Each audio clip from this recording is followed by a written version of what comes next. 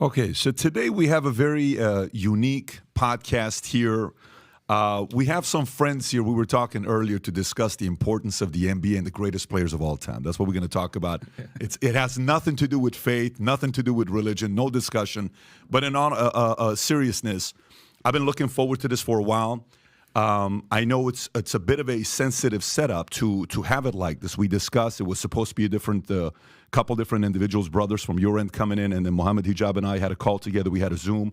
He had some challenges, and I got to give shout out to Eddie, the Dean Show. He's here with us as well, but he's sitting outside to have the discussion for us to be here together. Robert, I respect all of you for coming out. Truly, I respect you for coming out. My outcome, I want to first share with you and the audience what my outcome of this is. So as a father of four, I'm a little bit concerned on what's going on with the country in America. I escaped Iran. We went to Germany at a refugee camp, then we came here. I now have 4 kids, and I love America. I think this is an incredible nation. It's changed my life. But some of the things that's going on right now, it's kind of weird. It's strange. It's not normal. It doesn't seem normal to me. And I have friends. I'm a Christian myself. I'm a non-denominational Christian. People know that's my position. But I have a lot of friends that are Muslims. I have Scientologist friends. I have Mormon friends. I have Jews, who are here with us as well. So I wanted to bring this up because we're going to discuss a few different things today. Number one is the differences in the religion of Christianity and Muslim. We'll discuss that. And then we'll discuss the enemy. Who is the enemy to Christians? Who is the enemy to Muslims? And then we're going to share who our common enemies are. And some funny questions I want to ask you. We'll have some levity here as well to enjoy the discussion. And then there'll be an opportunity for you guys to also discuss with each other. This is not a debate. This is a discussion. Of course, there's going to be moments of debate and you giving your point of view. That's going to happen no matter what. Naturally, the setting is where that is going to happen. But I want to make sure everybody knows that's my outcome. I think there is an area where if we can find common enemies, the enemy's greater than we think. At the end, that's my outcome. But with that being said, let me properly introduce everybody. So first, we have Daniel Harirajou. Harirajou. I said it 7 times properly, and then when we're on, I can't. So Daniel Harirajou attended Harvard University, where he majored in physics and philosophy. He is a Sunni Muslim debater who specializes in debating anti-Muslim figures. He founded MuslimSkeptic.com and teaches Islam at mosques and universities around the world. Thank you for being here. Thank you, Patrick. And he has a book here as well, The Modernist Menace to Islam. We'll put the link below as well, Rob, so if people want to pick it up, they can. And then we have Jake Brancatella, right, who is here with us. I was telling him earlier, I'm used to that last name more often with some of the friends we interview. He is the Muslim metaphysician, is a convert to Islam. He holds a BA in philosophy and is currently studying for a master's in philosophy and theology. Jake primarily debates Christians and atheists and is an active member of the Muslim Debate Initiative. Then we have Brother Rashid here to my right. He wrote a book called The Ideology Behind Islamic Terrorism, a Moroccan Christian convert and the host of the Daring Questions television program, where he discusses Christianity and engages with Islamic theology and religious topics. Brother Rashid, thanks you for being here. Thank you for having me. And last but not least, Robert Spencer, American author and commentator known for his writings of Islam counterterrorism and his involvement with the organizations like Jihad Watch, the most popular blog within the counter-jihad movement. He's also written The Truth About Muhammad. He's written a Critical Quran, and also his latest book that's, I think, is that the Critical Quran you have out here? Quran. And he's written a few other things. Rob, again, once again, thank you for being here as well. You. So what I'd want to do is, before we get started, and I have some comments and questions here. If you, just for some of the audience that maybe they don't know the whole story, we can start off with anyone on how you came about your current position right now. If you can take 30 seconds to a minute, given your background, and then we'll go from there. So we're going to start off with you. Robert, how did you go? I've read your story. Of course, I know your background. I watch a lot of commentary on you. How did you become the person that you are today? Well, you know how one thing leads to another. And I was fascinated with Islam and the Islamic world from a very early age because my grandparents actually are from the Ottoman Empire. They were Greek Orthodox Christians in what is now Turkey and were exiled during World War I for not converting to Islam. When I knew them, actually, my grandmother was the only person besides Barack Obama who said that who said that the call to prayer the Islamic call to prayer was the most beautiful sound that she had ever heard.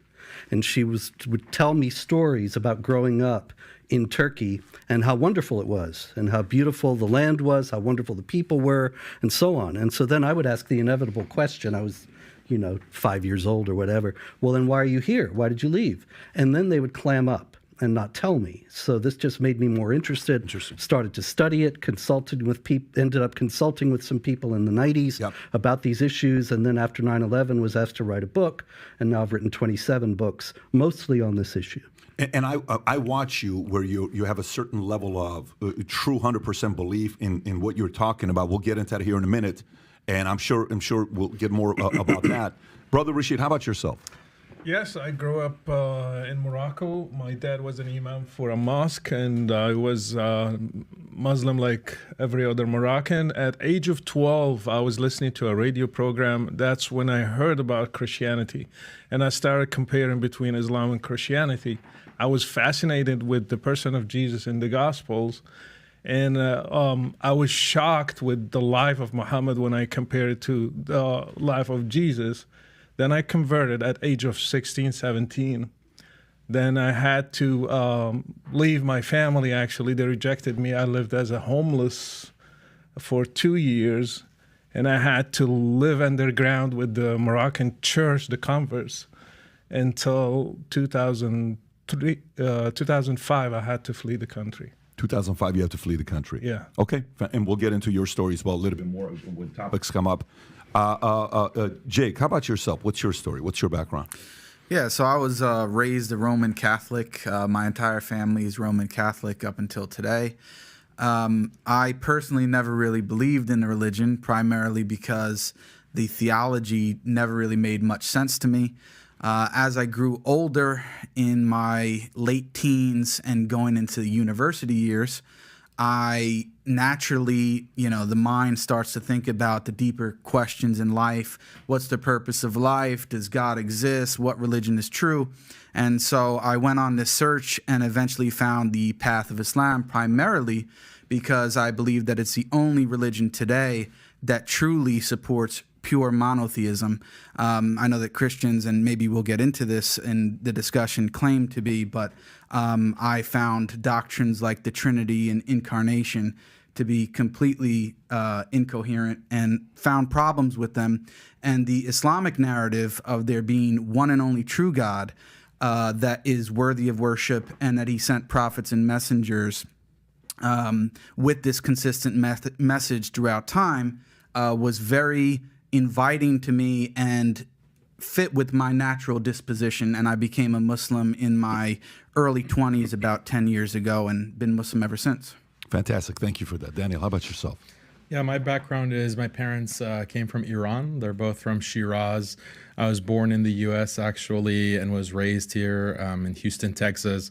And I love my parents, and they raised me like an Iranian, had a strong Iranian Persian identity.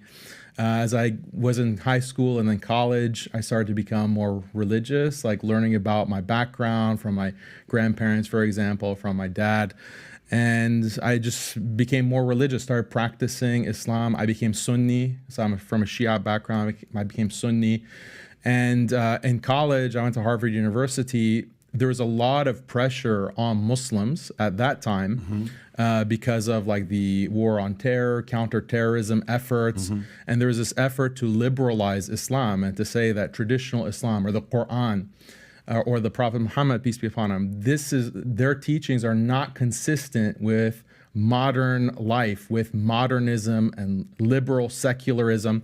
And this posed a conflict for me. Like, how do I reconcile a traditional Islam with liberalism, secularism, and these modern ideologies? So I went and studied philosophy, and I became critical of these ideologies like modern liberal secularism, humanism, atheism, these isms, and that's, the title of my book, basically, or a subtitle of my book, is critiquing these isms that I believe, and through my study, they're destroying humanity. Not just Islam, but just all of humanity is under threat from these isms that are destroying human society. I hope we can talk about that today. But I dedicated my career basically to promoting this message, teaching Islam, teaching how Islam solves many of the problems and difficulties that all people face in society, not just Muslims. I love that. Okay, thank you for that. Again, gentlemen, thank you for sharing your background. So let's get right into it. Robert, your challenge. What is your biggest challenge with the religion of Islam? What's your biggest challenge with it? You mean the biggest difficulty I see in it? I would say the biggest difficulty, because to me, I see it from a few different places, right? One, there's faith, meaning none of us have gone to heaven to see what heaven's going to look like. We're all taking a risk. All of us here are taking a risk. Either we're all going to be right, either we're all going to be wrong, or either one of us is going to be right, meaning one group's going to be right and the other's going to be wrong. But we don't know. That's faith, that's prayer. Of course, we've had great experiences in life to say, I had a connection with God. I had a moment with ... And then that's individual to us, right? So to me, it's faith, it's religion, it's enemies, it's common enemies. It's the challenges that's going on in the world, specifically with America as being, for the longest time, the greatest country in the world. What is affecting that? And then there's a few other things that we'll talk about into as well. So, but for me, it's more from the standpoint of when you've said you've read the Quran dozens of times, you've studied it, you've written about it, you've talked about it. Even I think the government used 2 of your books in 2011 that Wire talked about, right? I don't know what the 2 books were. I think one of them was about Prophet Muhammad, and So your background, you've been in this world. What is your biggest challenge and differences with the religion of Islam? Well, probably the main thing is the sanctification of violence and the idea that God will bless and even calls upon the believers to commit acts of violence under certain circumstances. Like Rashid here is an ex-Muslim, and so under Islamic law, as it's traditionally and classically formulated, he would be put to death. Muhammad said, anybody who changes his religion, kill him. And it's still the position of all of the schools of Islamic jurisprudence, Sunni and Shia, that the apostate should be put to death. Now, obviously, this is not something that means that every apostate has to always go around watching himself, because you have to have somebody who's willing to do that. But those who do it, they think, well, now I have done something that Allah has commanded, and He will bless me for doing it. And me, myself, because I was standing up for the freedom of speech, 2015, Pamela Geller and I put on in Texas a Muhammad art exhibit and cartoon contest. And it was actually, we featured a lot of classic Shiite Persian art depicting Muhammad, as well as contemporary art that was from a more critical standpoint. And a couple of jihadis came from Phoenix, key members, actually, of the Islamic Community Center of Phoenix. One of them was featured in a recruitment video for them, and they tried to kill us. And so I actually would be also under a death sentence just for drawing Muhammad and for sponsoring people who do, which I did not in order to cause gratuitous insult, but to defend the freedom of speech and freedom of expression, which is the foundation of any genuinely free society. Daniel, what would you say to that? What's your response to that? Yeah, so just a few points here. Number one, it's interesting how we want to talk about Islam as a religion, but the religion is 95%, like what Jake mentioned. It's about worshiping God, being devoted to a righteous way of life, loving your neighbors, taking care of your parents. That's what 95% of Islam is about. Yes, there are criminal punishments, which we're going to discuss. There is conquest, there is war theory, there's all of this in Islam. But it's interesting how when a conversation is about Islam, we focus on that 5% instead of the 95% of what Islam is about. We don't see this kind of double standard with like Christians. So if you have someone like Matt Walsh is a traditional Christian. There's slavery in the Bible, there's punishment for blasphemers in the Bible, there's killing of heretics in the church tradition. There's no discussion of that with Matt Walsh, right? Or Ben Shapiro. There is killing of blasphemers in the Hebrew Bible. There is, punishments for apostasy in the Talmud. There's no discussion of that with Ben Shapiro. You can talk about, other values, and that's what the discussion focuses on. But the Islamophobic narrative is just lasering in on these specific topics, which is fine. We can discuss that, but I just want to note the double standard.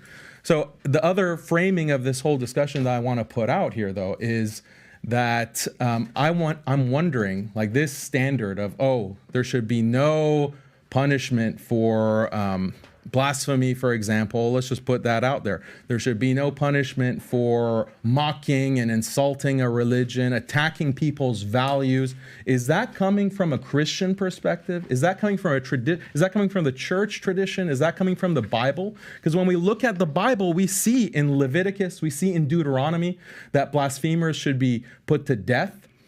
Even if you entice, the Bible says, if you entice like your son or your daughter or your wife entices you to worship other than God, then have no mercy.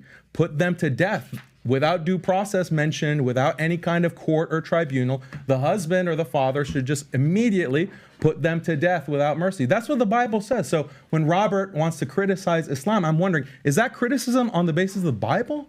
Is that on the basis of the church tradition? Or is this a liberal, secular, modernist critique of Islam? So I want to know, am I debating or discussing with two Christians or two atheists or two liberal secularists? Like, that's a clarification that we need. May I? Yes. This is a very important clarification, and there are a couple of distinctions that have to be made. One is all of your examples from Christianity are from Old Testament law, which if you had studied Christianity, you would know there's no sect of Christianity, no school of Christian thought, no tradition within Christianity that holds that Old Testament law applies to Christians for all time. As a matter of fact, it never did apply. Even in Judaism, after the destruction of the temple in 70 AD, the rabbis redefined Judaism so that even they don't teach that those punishments have ongoing validity. So you're talking about something that nobody in mainstream Judaism or Christianity thinks is valid today versus something that unfortunately all too many Muslims do think is valid today.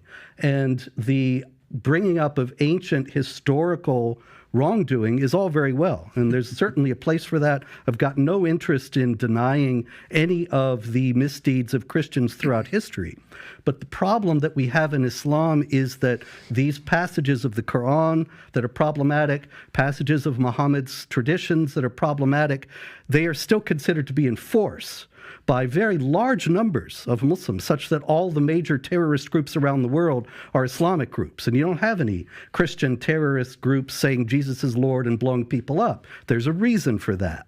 And the reasons have to do with the interpretative traditions in both religions. Can I comment? Yeah, go ahead, Please. Yeah, so I would ask Robert a very simple question that I think gets at what the real issue actually is. Do you believe that it's inherently immoral for an apostate to be put to death? Do I believe that it's inherently immoral Yes. for an apostate to be put to death? Is it inherently immoral? Well, I know this is some kind of trap, but in any case, No, I don't I'm just see any looking reason. for honesty on your part. That's all. You can always have honesty on my part. Everything I tell you is the truth. Okay, so go and ahead. the fact is that, I don't know. I tell you the truth. I You haven't don't know. thought about Wow. it. Okay, But- you haven't thought about it. Well, you're writing Yeah. all of these books on Islam how are talking you about criticizing apostasy, Islam? Right. and you don't even know if this is inherently immoral. That's quite shocking, Robert. I would say that I don't think that it's moral to put the apostate to death. So it's But immoral.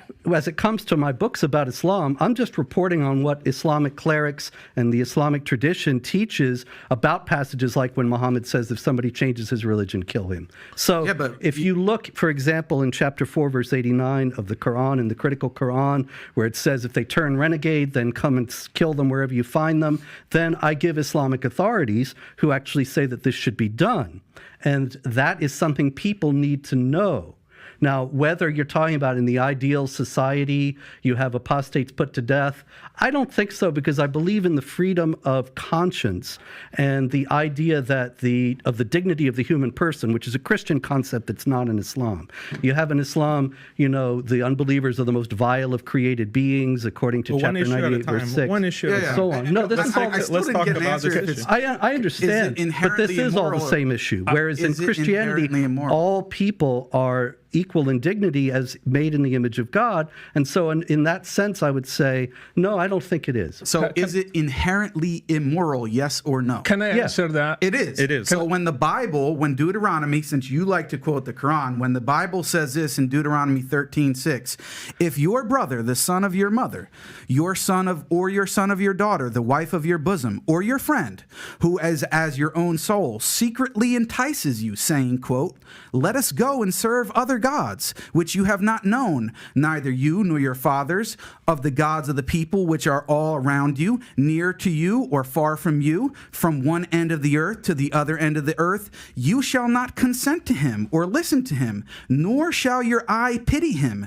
nor shall you spare him or conceal him, but you shall surely kill him. Your hand shall be first against him to put him to death, and afterward the hand of all the people, and you shall stone him with stones until he dies, because he sought to entice you away from the Lord your God, who brought you out of the land of Egypt from the house of bondage. So all Israel shall hear and fear, and not again do such wickedness as this among you. So let me finish. Let me comment on the passage. So when your loving God, Jesus Christ, who you believe is God, who revealed the Old Testament and revealed this as a law for the people, and you said that it's inherently immoral for the punishment of apostasy to be death, then you are charging your own God and supposedly loving Jesus with immorality. Not sir. at all. If you don't see that contradiction and hypocrisy, it's not in the least. Can't really do much for you. Well, it's not in the least contradictory or hypocritical, because that is God actually ordering something directly. Was God wrong for that? Now, the question here is whether the Muslims, when they put people to death for apostasy today, are likewise authorized by God in some direct manner. Now, obviously, that's what matters. Yes, the question is... And it's not inherently immoral. It just matters what is the correct religion and whether or not God is actually revealing it. Yeah, if you study the Old Testament, you will actually find that there's a great deal of discussion about passages like that, and whether they are actually commands by God, whether they were understood by the faithful, interpretations by the faithful. The evolving understanding in the Old Testament and the New, and in Jewish and Christian tradition, is something that unfortunately is absent in Islam, such that in Jewish and Christian tradition you have the understanding of the dignity of the human person that ultimately made people realize that putting people to death for apostasy was not something that was acceptable. Yeah. But the idea that it was a localized command at some point or understood to be such, that is not the same thing as people nowadays thinking they are the executors of the wrath of Allah because Muhammad says, if anybody changes his religion, kill him, and the Quran says that you can soothe your heart by fighting the unbelievers and so on. So Robert, can we hear from Brother Rashid for one? Brother Rashid, go for it. What's on your mind? Because this concerns me. Do you believe I should be put to death? I believe that the punishment for apostasy in a correct Islamic state is death. I believe that that's the correct... Let me finish. Let me just respond, sir. I believe that that is the correct punishment which has been revealed by God both in the Quran and the Bible. And for Robert to turn around I asked you... Let me finish. I asked you, do you believe I should be killed today? And I answered you, sir. Yes or no? I answered you. Yes or no? I answered you. I think he said yes. You want me to answer? I said. Yeah, you answered me. In a proper Islamic jurisprudence, jurisdiction, an Islamic nation, all of the laws of Islam and the Sharia as revealed by God should be applied. So if we were in that kind of state, would you do it? Including I'm not the one that executes with proper due process, with a proper court hearing, just like any nation of laws. The laws of the Sharia should be applied, including the death penalty for not only apostates, but also blasphemers. You didn't answer me, yes or no? We did answer Yes, you. we did answer. Yeah, so I should be killed. We did answer I your question. deserve to be killed because I left Islam and became a Christian. According to Islamic law, an apostate like you would be killed, yes. Okay, thank you. And according to the Bible let as me, well. let me, this is a fallacy. blasphemer. This is a fallacy. Robert, Too that's- cocky. Like, you want to say It's not a you have fallacy. it too. It's a fallacy. No. Let us discuss this because Why is it a fallacy? it's a fallacy. It's let me showing- let, it's let me showing your finish. Let me hypocrisy. finish. Let me finish. Please condemn Jesus. Yeah. please. Oh, you think you Condemn should? Jesus. Robert already Okay. condemned him, so- No, you're lying. Let me Let's finish. be on let me record finish. saying you're That's lying what about happened. that. Let me finish. That's what happened. Let's- You said let's- eventually you convert- realized you let- You're Just lying. let me finish. You Let's hear converted. Brother Rashid, and then I'll come to you. Go for You it. converted from Christianity to Islam. Your life is not under threat here in the U.S. I converted from Islam to Christianity. My life is under death. That's the difference between Christianity and Islam. Okay, so let me ask you this. Yes. I got a question for you guys. I'm a data guy. I'm a finance guy. How many Christians have died going from being Christian to Muslim? How many Muslims have actually been killed or died going from being a Muslim to a Christian? There's no data on that because these kinds of things are not recorded. They're not considered crime. There should be, in though, right? I Islam. mean, shouldn't there even if there's some stories to be able to say, Yes. you know, XYZ individual. I have stories. I have one in Mauritania who was condemned to be executed. We just got him out to Paris because we negotiated with the government there. I have people right now in Libya. They are under death penalty in Libya. I have people who got killed in Jordan, for example, because I do my show. People contact me. I have people who got killed in Jordan. Their parents killed them because they became Christians from a Muslim background. We have people in different places in the world, in the Muslim community, they kill them, and if they get to flee, that's the best outcome. I got a question. While I'm studying this, there's also Daniel said something very interesting where the guidelines of Quran is based on the jurisdiction of the government, meaning where you live, the religion is follow whatever the laws are of that nation. Meaning, you can correct me. I'm just giving you what I've looked into. Does this mean these rules apply no matter where you live? Is that across the board, or is it's more stricter in certain Muslim nations than other Christian nations? Islam is to be applied forever on every place since the time of Muhammad until today. So Muslims are just seeking to be a majority one day, and if Muslims are majority today, these two brothers will witness my killing in front of people, and they will be happy cheering the crowds that I was killed. So Islam is to be. If U.S. became majority Muslim today, you would be killed. I will be killed. Sharia is to be applied everywhere, every time, and that's the biggest difference with Christianity, because Jesus came and he stopped the Old Testament. He stopped he didn't stone the lady who committed adultery.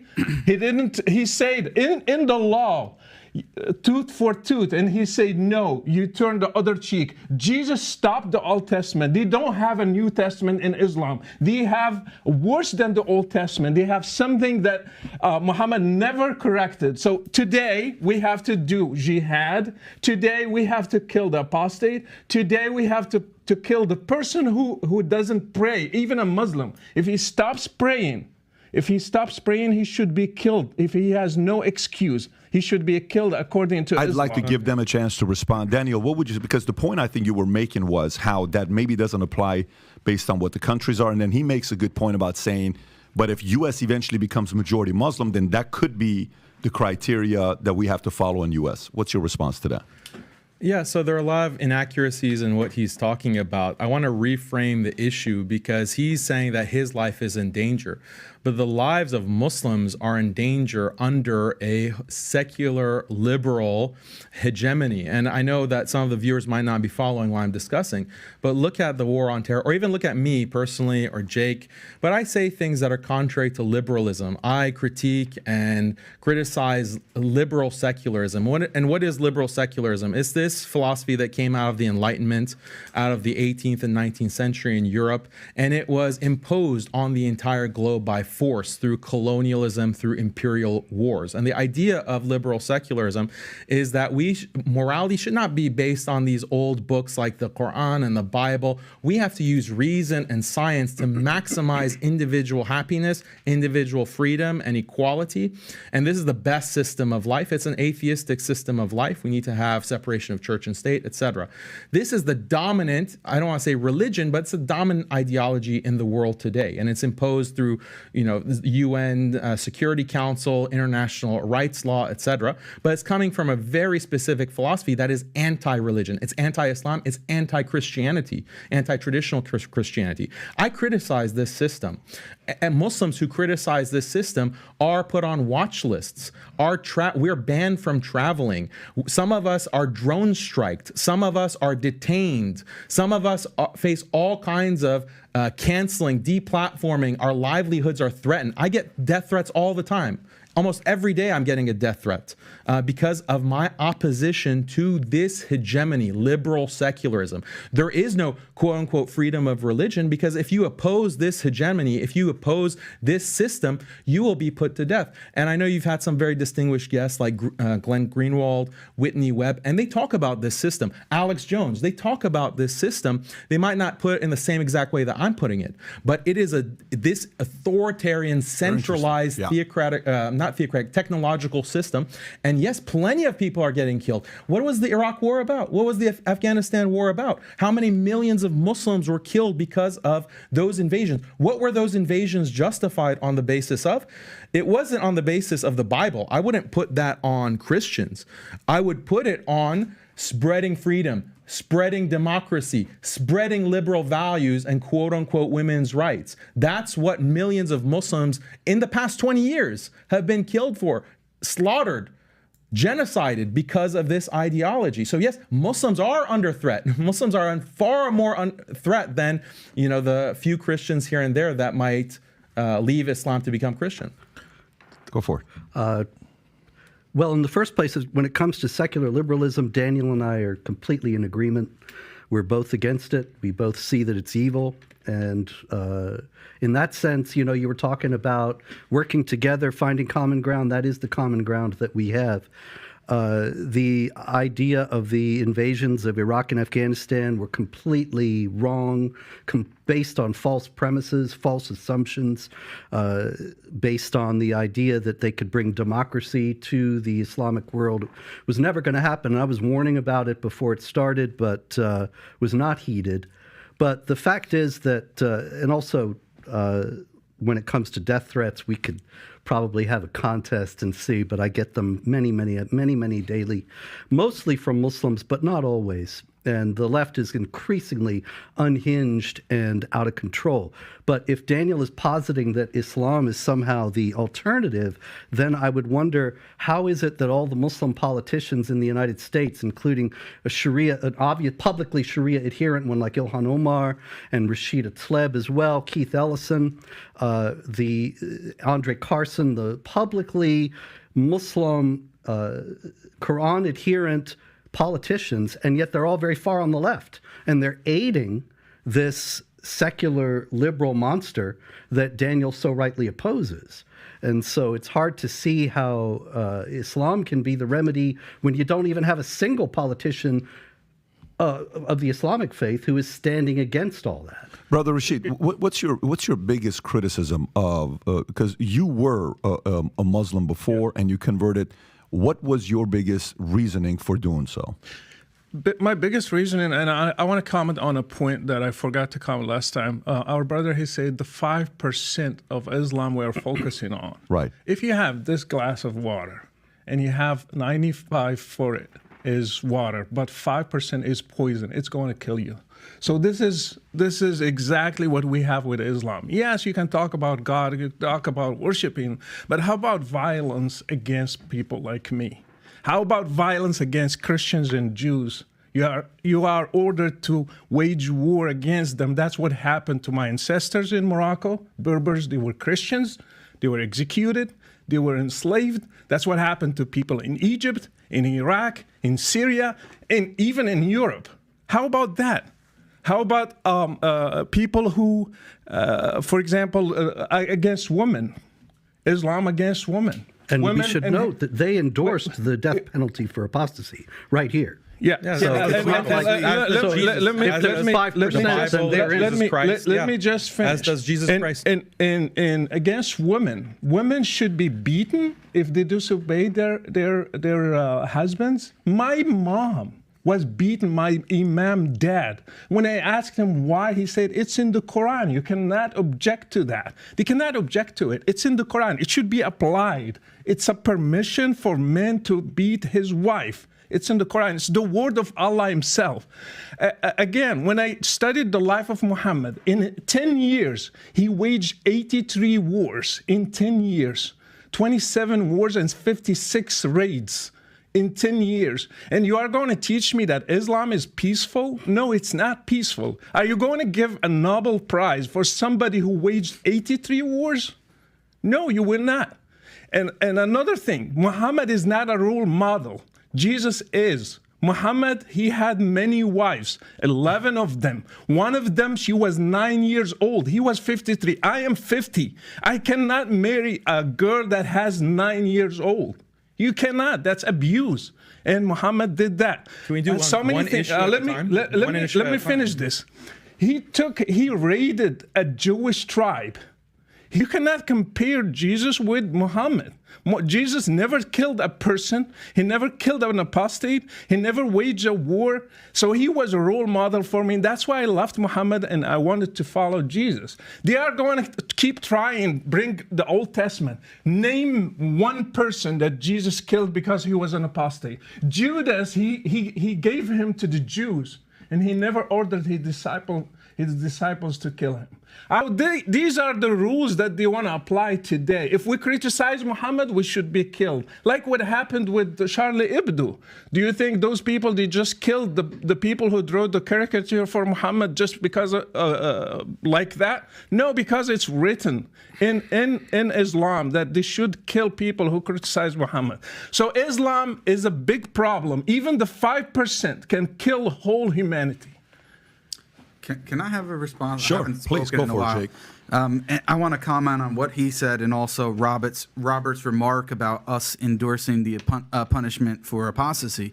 Yes, we do. Why? Because our claim is that we are actually faithful to our scriptures. You guys are not. You want to avoid the Old Testament, and I want to give you an analogy, Patrick, because you're a business guy.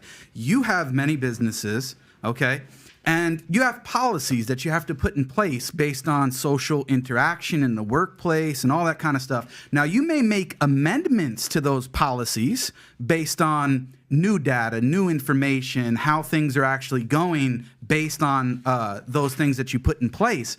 Now, when you do, right, and this is the analogy between the Old Testament and the New Testament, are you willing to say that, well, yeah, thinking to myself, yeah, Pat, yeah, you were wrong, actually, when you said it was okay to do such and such. That was actually wrong, and you then put in the correct one. With the Bible, the problem that you have is the same one that you want to talk about, the loving Jesus Christ himself, which we also adore and respect as a prophet, is the same one that you believe is God and revealed the Old Testament. And you can't get out of that. So when your God, Jesus, revealed at that specific time, as I just read the passage, and I can read you plenty more where he says to kill babies in war. Is it okay to target infants in war and kill babies? Is that inherently immoral? The problem that you have is if you go on, and this is why the argument is so important. It's not a tu quoque just as a fallacious argument. It's checking for your consistency as a Christian, whether or not you're actually faithful to your own text and tradition. And the reality is you're not. Why? You have two options. If you condemn it as inherently immoral, then the whole Bible's gone. Because if you believe that those verses in the Bible were revealed by God, then you're saying that God is immoral. And on the other hand, if you say that it's not inherently immoral, but God changed the law at this time, then most of your arguments lose the force that they have against Islam, because you can no longer argue that it is inherently immoral to punish an apostate by death and all of the other other things that you want to tack on. This is why it's so important. It's not a fallacious argument, and the reality is we want to stick to our text and our tradition, and for the most part, we would argue that the Christians have abandoned them in favor of secular, liberal, moral ideologies. Let me have Daniel respond, and then I'll come to you. Go for it. Yeah, so there are a lot of things that we need to respond to because he's just listing every grievance that he has against Islam. Right. We have to take it step by step. But just on this point of violence, I think Jake makes really the crucial point. It's that Jesus, according to the Christian belief, Jesus is the God of the Old Testament. And he's the one who's commanding Moses, for example, to ethnically cleanse the Canaanites or the Amalekites or all of these other tribes and to conduct conquest and war, to take girls as slaves, to take virgins as slaves. This is in the Old Testament, sure. So Christians have to deal with that moral problem. A lot of Christians, unfortunately, they just throw the Bible under the bus. And, how is that justified? But it's not just the Old Testament. It's also the New Testament. The New Testament also endorses slavery. The New Testament also has the book of Revelation where Jesus is going to come, which, by the way, Muslims also believe that Jesus is the Messiah. He is the born of the Virgin Mary, and he's going to come as the Messiah to establish God's kingdom on earth. Muslims also accept and believe that, and we're anticipating that. But he's going to be very violent. It's going to be a very violent affair, and that's in the Muslim tradition and the Hadith, and it's also in the book of Revelation. So Jesus is also very violent. And then finally, you have canon law. You have the church tradition. So if Robert wants to denounce canon law, because when you have canon law, it has slavery, it has a marriage age of 12 years old in canon law, it has punishments for blasphemy, it has even striking the wife, the disobedient wife. That's found in canon law from Gratian. So I believe that Robert is an Orthodox Christian. If he wants to denounce canon law and denounce his own tradition, he can denounce that. He can denounce Jesus himself. He can denounce the Old Testament. He can denounce the Bible. The New Testament, that's fine. That's fine. He says that, our religion adapts, our religion changes. But that's actually the problem, Patrick. When we're talking about wokeism, when we're talking about if you can say that, that's the Old Testament is for those times, it's not applicable now, right? That's the argument. The violence, the killing of blasphemers, that's for old times. We've changed, but Muslims are not willing to change. I say, yeah, Muslims are willing to stand by revelation. The problem with a lot of Christians, not all Christians, a lot of Christians, Jews, Hindus, they all have these practices in their books. Buddhists, they all have these practices, and they're pressured to change and update. And so if you can get rid of the conquest and the violence and the punishment for apostasy, why not just get rid of the prohibition of cross-dressing, the prohibition of homosexuality, the prohibition of drag queens? Why prohibit any of that? Maybe times are different. Maybe we need to adopt drag queen story hour in our church. Maybe we need to adopt, all of these woke practices. Why not?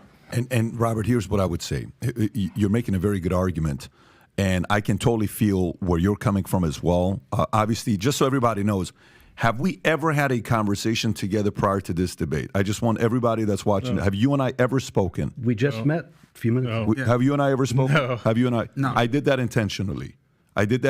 Because I wanted to be the first interaction we have where it's not like, this topic, do you want this, do you want that? And nobody was given additional topics or what. You just kind of came in, we're going to talk, we're going to have this discussion. Again, I respect you guys for doing this.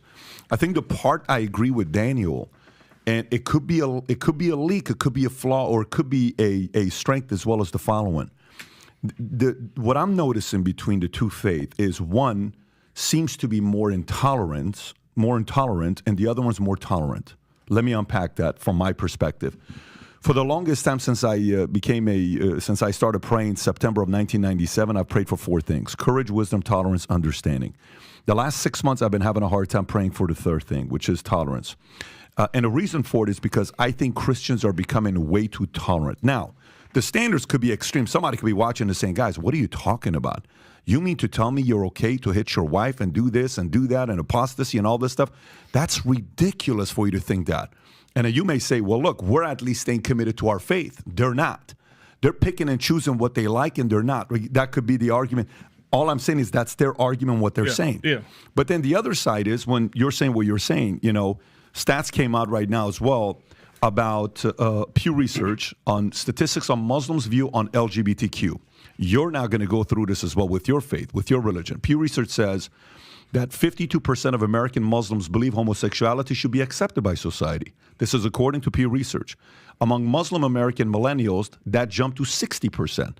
This was done in 2017, so it's 6 years old, which I would assume it's even higher today than what it was then. The survey also revealed that Muslim women are much more accepting of LGBT people than their male counterparts. They're at 63%, men are at 42%. Just so you know, the difference between women and men, about 21% difference.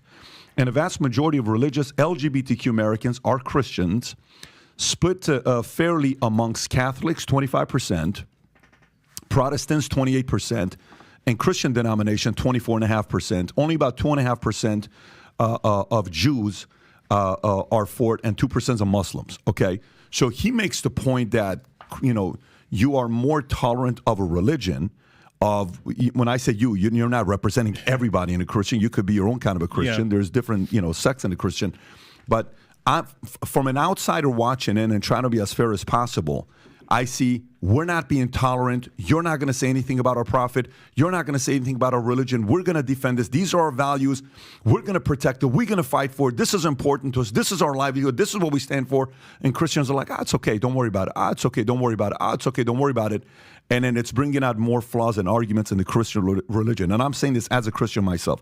What's your rebuttal to that? Well, what you're talking about in a large part is a retreat from and a rejection of Christianity, not actual Christianity.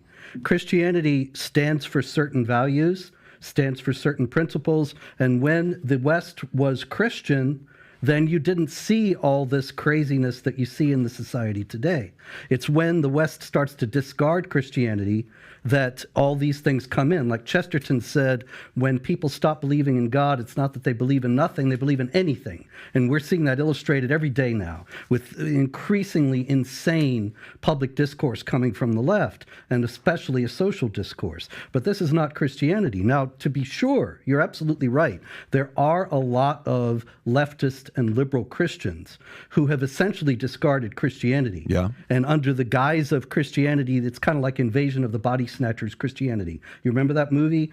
People would appear and they looked just the same, but the space aliens had taken their personalities and replaced them. And that's what we have with a great deal of Christianity today. Unfortunately, it's been infected by exactly this kind of liberalism, and so a lot of people turn away thinking that's Christianity, when actually these people are not Christian in anything except the name.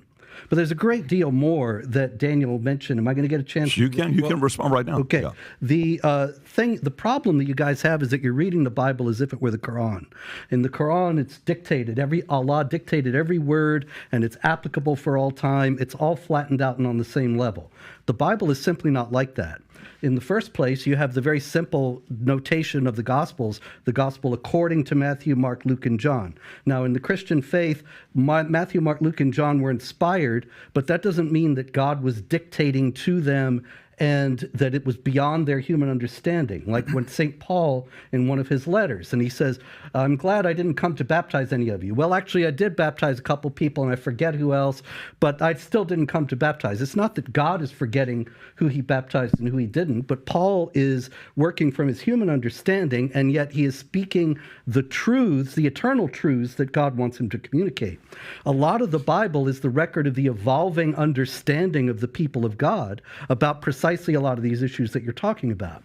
And so you can't go back and flatten it out as if it were the Quran and say, Jesus is here telling people to kill people, and therefore you have to approve of it. Well, Jesus is That's God. just not how the Bible works. What you have is an understanding that the people had at that time that's expressed in that way, and then later, because of the teachings that Jesus gives in the New Testament primarily, of the dignity of the universal dignity of the human person, and of various other aspects of the understanding of humanity. That's why slavery is abolished, and slavery was only abolished in Christian contexts, primarily in the UK and the United States to start with, and then it followed around the world, because people understood, even though slavery is in the Bible and in the New Testament, yes, at the same time, Also, there's the idea that all people are made in the image of God and have that dignity. So there's not the dichotomy like in the Quran, Muhammad is the apostle of Allah, those who follow him are merciful to one another, ruthless to the unbelievers, at chapter 48, verse 29. So it was Christian clerics in the UK and the United States who led the fight to abolish slavery based on the deeper Christian principles regarding the dignity of the human person. Yeah, so why can't evolve? Why can't Christians evolve to accept transgender and drag queen story? Or why can't things evolve even more? Actually, what's the because principle? of the same, what's the principle? Yeah, it's a good question. I'm trying to answer it. It's because of the same principles. The idea of human transgender, dignity. Human dignity, and that means both physically and spiritually. And so you take the transgender business, that's a total rejection of trust in God and the idea that God knows what he's doing when he creates somebody male and female. And that's the first thing the Bible tells us about God, that he created the heavens and the earth and that's created not what human beings. Christians say. And well, sure. LGBT and that's Christians why they're say wrong. Human dignity that male and female, he created who we are and being tolerant for who we are. Yes. That's what they claim. Well, that's you why we have heresies. A very clear-cut principle. We have heresies in Christianity, just like you do in Islam. No, but I want to understand what is the principle that I was just telling you that if you have human dignity. You're talking over me, but I'm trying to explain it to you. Because you're not answering the question. No, I actually am answering the question, but you keep interrupting me and making it impossible for me to make my point. Give me the principle. So if you had the basic courtesy to be quiet for a second, then I will return it to you when you respond. Sure, go ahead. But the idea that when it says male and female, he created them, that's not just an incidental point, but that is fundamental to the human identity and to the nature of the person that has that dignity as being made in the image of God. And consequently, to say, oh no, God made a big mistake and I'm really a woman, that is a fundamental rejection of any kind of Christian principle. That's not what transgender said. Let me ask a question here for the point he made. I want to transition off this topic to the next topic. By the way, you know how the Constitution, we've had 27 amendments in the last however many years we've been around, right?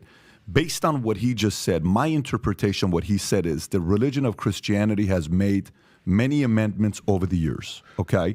Somebody could interpret as the New Testament as a form of an amendment. You can push back. I'm just giving the audience, trying to see what the average audience may be thinking about. They may say, no, the Quran is the Quran is the Quran. We follow what was taught back in the days and we're sticking to it and there's no amendments. What's your rebuttal to that? Can I comment on this? Please, yes. You understand what I'm saying, right? You understand the question? I understand the question. First of all, they are talking about amendments. They have something in Islam called abrogation. It's like an amendment. God says something, and then he changes it. For example, he asked the question, was it moral to kill the apostate? I can ask him the same question. How about zawaj al-mut'a? Like you marry for, like it was practiced in Iran a lot. It's not inherently immoral. It's not inherently immoral. Why? We can answer it. Why it was stopped? Why Muhammad stopped it? If it was immoral. I'm just giving you an example. You asked us the question. I'll let you answer. I'll let you answer. In Christianity, Jesus came, he stopped so many things in the Old Testament. That's our principle. He stopped, for example, sacrifices. We don't sacrifice animals. He stopped the adulterers to be stoned. He stopped so many things, like tooth for tooth. He stopped that. So Jesus stopped so many things in the Old Testament. You don't accept that. That's your choice. For example, why his disciples never killed an apostate? Why his disciples never They didn't have political power. As soon as Christians gained political power in the Roman Empire, they started doing these things. They didn't have the jurisdiction to do so. They didn't kill They were the anybody. minority. They weren't in power. As soon as Christians gained power within the Roman Empire, they applied the Old Testament laws, the New Testament laws. It's not true. It is codified in the canon law. Do you know? Are you familiar with the canon law? Yeah, I want to talk about that. Yeah, please explain the canon law. Brother Rashid, if you can get close to the mic so the audience can hear you. Jesus never waged a war. He never ordered one. There were other Jews who did kill Romans and who did kill people, zealots, the people called Ghayurun. So Jesus never ordered that. His disciples got killed, not waged war. They got killed. They never killed a person. Slavery, the Apostle Paul, he said, in Jesus there is no slave or free. And that's why the abolitionists, they started in the West. I have a question for you. You are benefiting from human rights and freedom of religion in the U.S., and you are trying to get us back to Sharia. For example, you converted from Christianity to Islam. Alhamdulillah. And you want to bring a law that kills the apostate. Do you want to be killed for converting from Christianity to Islam? Do you want that? Do you believe it's correct? Do you want it? Do you believe it's correct? So he doesn't answer the question. Do you want it? Give us the principle is the golden rule. Do not do to people what you don't want them to do to you. So you talk for a long time. Can I respond, please? Okay. Both of you keep running from the Old Testament and the argument that I've given. Jesus stopped it. We are not running. Jesus stopped it. We let you speak for a while, sir. Please let me talk, okay? Is Jesus God? Well, yes, the answer is yes. You do believe that.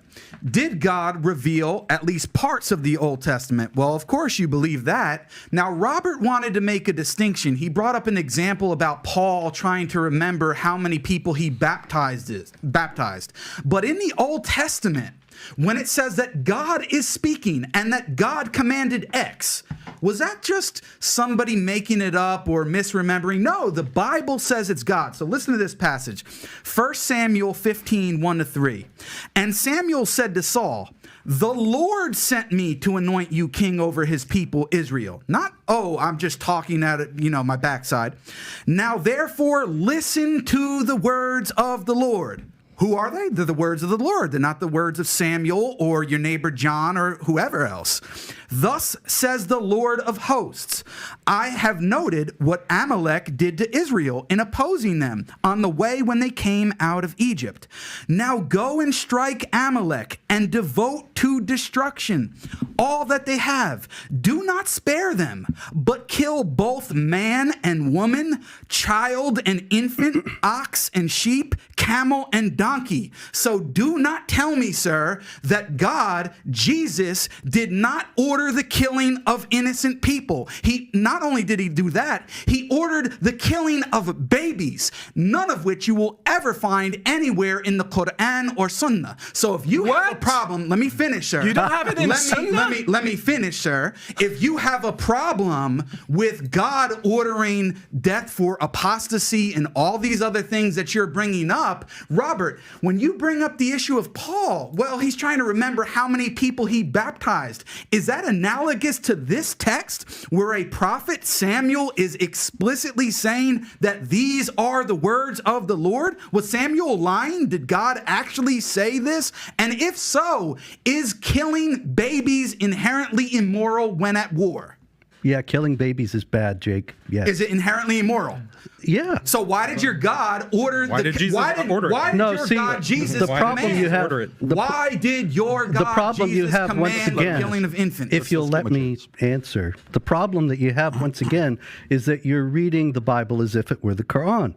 And see, these things actually trouble Jews and Christians. There's no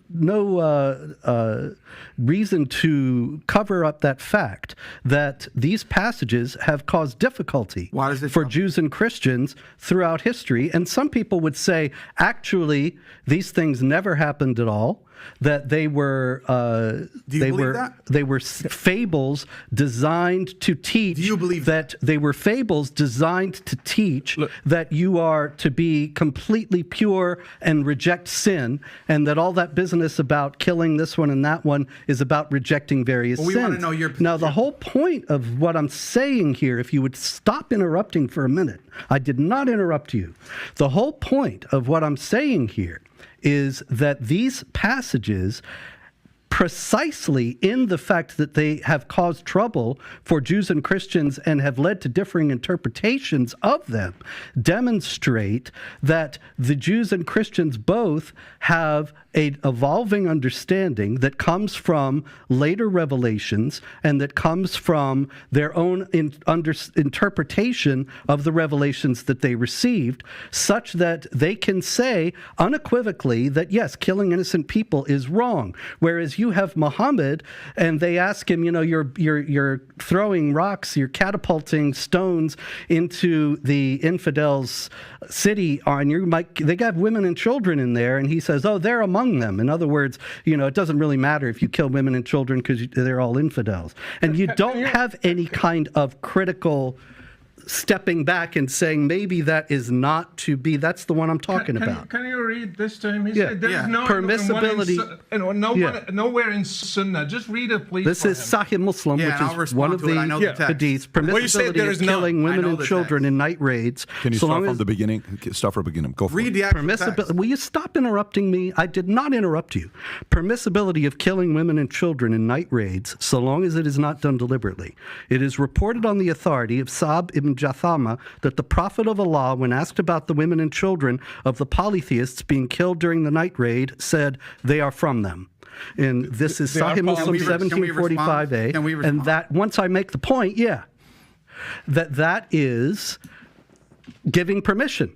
And that's actually was invoked by Zarqawi, the Al-Qaeda leader in Iraq, when he was explaining why women and children were killed by the jihad bombings, and he was actually justifying it among Muslims.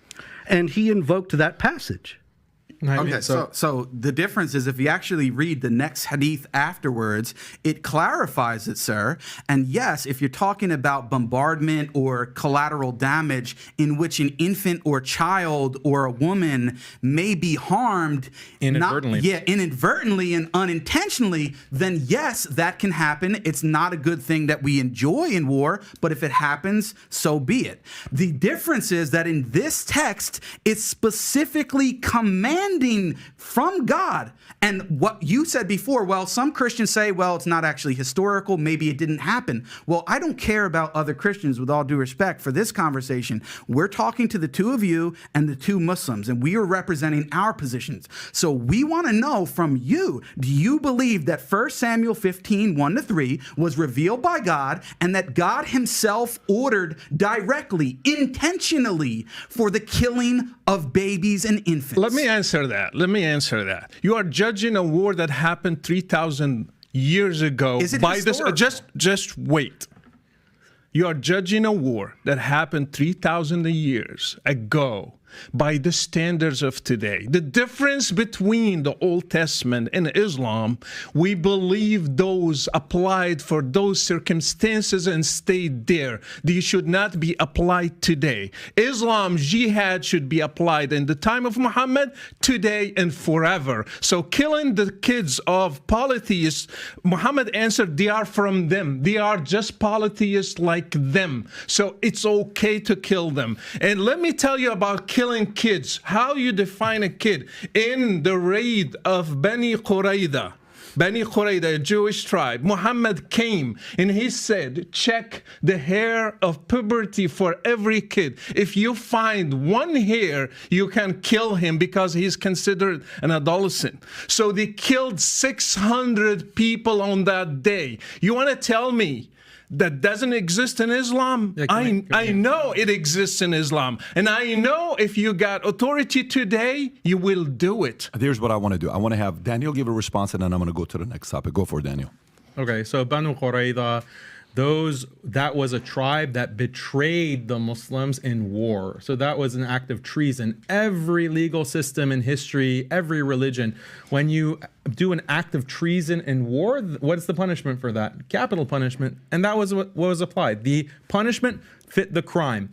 The point that Jake made is that the Prophet, peace be upon him, explicitly forbade the intentional killing of women and children in the hadith that you didn't mention. So this is dishonest. Exactly. You read one hadith from the book of jihad in Sahih Muslim, but you don't read the other hadith. Exactly. So that is dishonest on your part, sir. It's not. And then let's bring it back, to the overall picture, because for your viewers, many of them might not be Muslim or Christian. They think like, both of you guys are crazy. Both of you, your religion sound ridiculous. So I want to defend not only traditional Islam, but also traditional Christianity. You know, I want to defend, I think that's what building bridges is really about. Defending traditional religion, where every religion has conquest, it has violence, it has rules of war. And guess what? We live in a world of realpolitik. Every nation is engaging in war of conquest, expanding its influence and using violence as a means. The US is the biggest perpetrator of that. Russia now is doing that in Ukraine, endorsed by the Orthodox Church, by the way. You have China, who is also expanding its influence. So every society, every culture, every traditional religion says, yes, use means and violence if necessary to expand your influence and to conquer and to conquest and to impose what? Your values. That is something universal. As Muslims, we're proud of that. As Muslims, we're proud of that. We're proud of our religion, and we're not going to reform it and modify it. It's only modern Christians, actually, and these other religions that are reforming their traditional beliefs in deference to what? In deference to this hegemony that I'm talking about, the liberal secular powers, and saying, no, our religion is just about peace. Our religion is just about like no violence, no nothing. Okay, you have to throw all your traditional texts under the bus. Muslims are not willing to do that. And that argument has been made clearly, and the audience has to decide which to them seems more of a faith, which leads me to the next question. A faith where you would want to raise your family in a country based on those values. So in America, when you look at the statistics, you'll see 20,000 Christians have converted to Muslim, right? Of which 75% are women. With the number we'll see 3/4 are women and 1/4 are men. Okay. The question I would have is, I lived in Iran for 10 years. I don't know if you guys have lived in a Muslim nation before. You lived, obviously, you lived in Morocco. Have you lived in a Muslim, No. You're here. So I lived in Iran 10 years as a Christian family, and we would go to church, and I went to Christian school, and then we escaped and went to Germany, lived at a refugee camp with a lot of different sects from different parts of the world who were escaping. They were either escaping communism or they were escaping not feeling safe, persecution for their religion, what they believed in. They didn't have the freedom, they left. Why is it? This is a question that's been brought up when I'm crowdsourcing what questions you want us to ask the guests that are here today.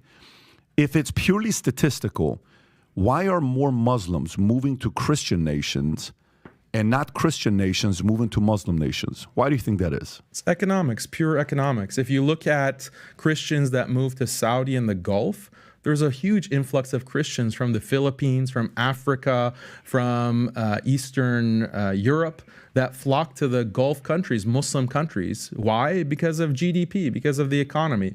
The influx of people of all religions and cultures to the US, to Australia, to Europe, it's purely because of economic opportunity, not because of there's some kind of better way of life. The way of life in the US, and I can talk to you because you lived 10 years in Iran, the culture of traditional societies, especially Muslim societies, is much more conducive to family. It's more of a family, community-based life as opposed to an individualistic, rat race, everyone is out for himself type of lifestyle that you live in the West. And that's because of the hegemony that we're talking about, because of liberal secularism, because of this pursuit of happiness at the expense of all else.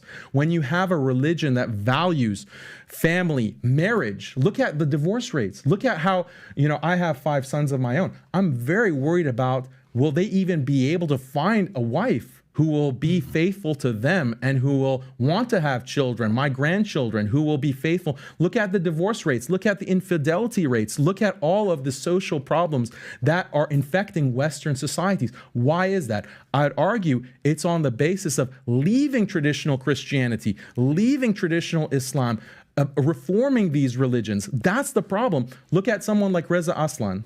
You interviewed him, I had him right? on, yeah. And you had a brilliant comment. You said that, Reza, when you're talking, I feel like you're an atheist. You're arguing, I don't think that you're actually a Muslim. Like, you're not talking like you're a Muslim. You're talking like this progressive, liberal, atheist type person. And that's what's happening to everyone because of these political forces. And we have to resist that. We have to resist those kinds of influences in order to preserve marriage, preserve family, preserve community. That exists in the Muslim world, but it's being eroded. So why are you still here? Why are you in America? Why don't you go to a Muslim nation? I would like to do that, but the thing is that the West has declared war on every traditional society. If you don't implement Western-style liberal human rights, quote unquote, like you don't legalize homosexuality, you don't legalize transgender, you don't legalize feminism, all these things that are destroying marriage and family, we're going to bomb you. We're going to sanction you. We're going to starve your people. It's not safe for Muslims to be in Muslim countries. It's not safe for traditional Christians. Traditional Christians quoting the Bible within Europe are being put in prison for quoting the Bible. They'll literally quote a verse from Leviticus, or they'll talk about Sodom and Gomorrah. They're put in prison. This is a war on all traditional religions. And there's not a safe place for a traditional religious person in the world today because of this dominant global power. So your argument is economy, capitalism, a capitalistic society. So then the question would be, why don't Muslim regions accept the principles of a capitalistic free society to be able to attract other Christians? Because when you hear some stories, but I got that. Brother Rashid, do you have a response to him on this question, specifically the question I'm asking? Why do Christian nations attract Muslims, but Muslim nations not attract Christians? He said the economy is the first reason, Yes. but other reasons exist too. I have seen so many Saudi girls leaving Saudi Arabia, going to Canada and the US and the UK, asking for asylum because they don't have the same rights. And they are forced to stay as a second-class status. Women is not treated well in Muslim countries. I have seen people who are leaving Morocco and other places because they don't have freedom of speech. And if you say anything against Islam in Egypt or Morocco, or for me, for example, why I left Morocco. I love Morocco. I would love to live among my family, but I left not because of the economy. I was doing well, but because I don't have freedom of religion. And there are many countries are like that. If you open the borders in Europe and the US, you have almost probably, I can't guess, but like probably 90% of Muslims will go to the West, not just because of money. It's because of other reasons. They are oppressed there.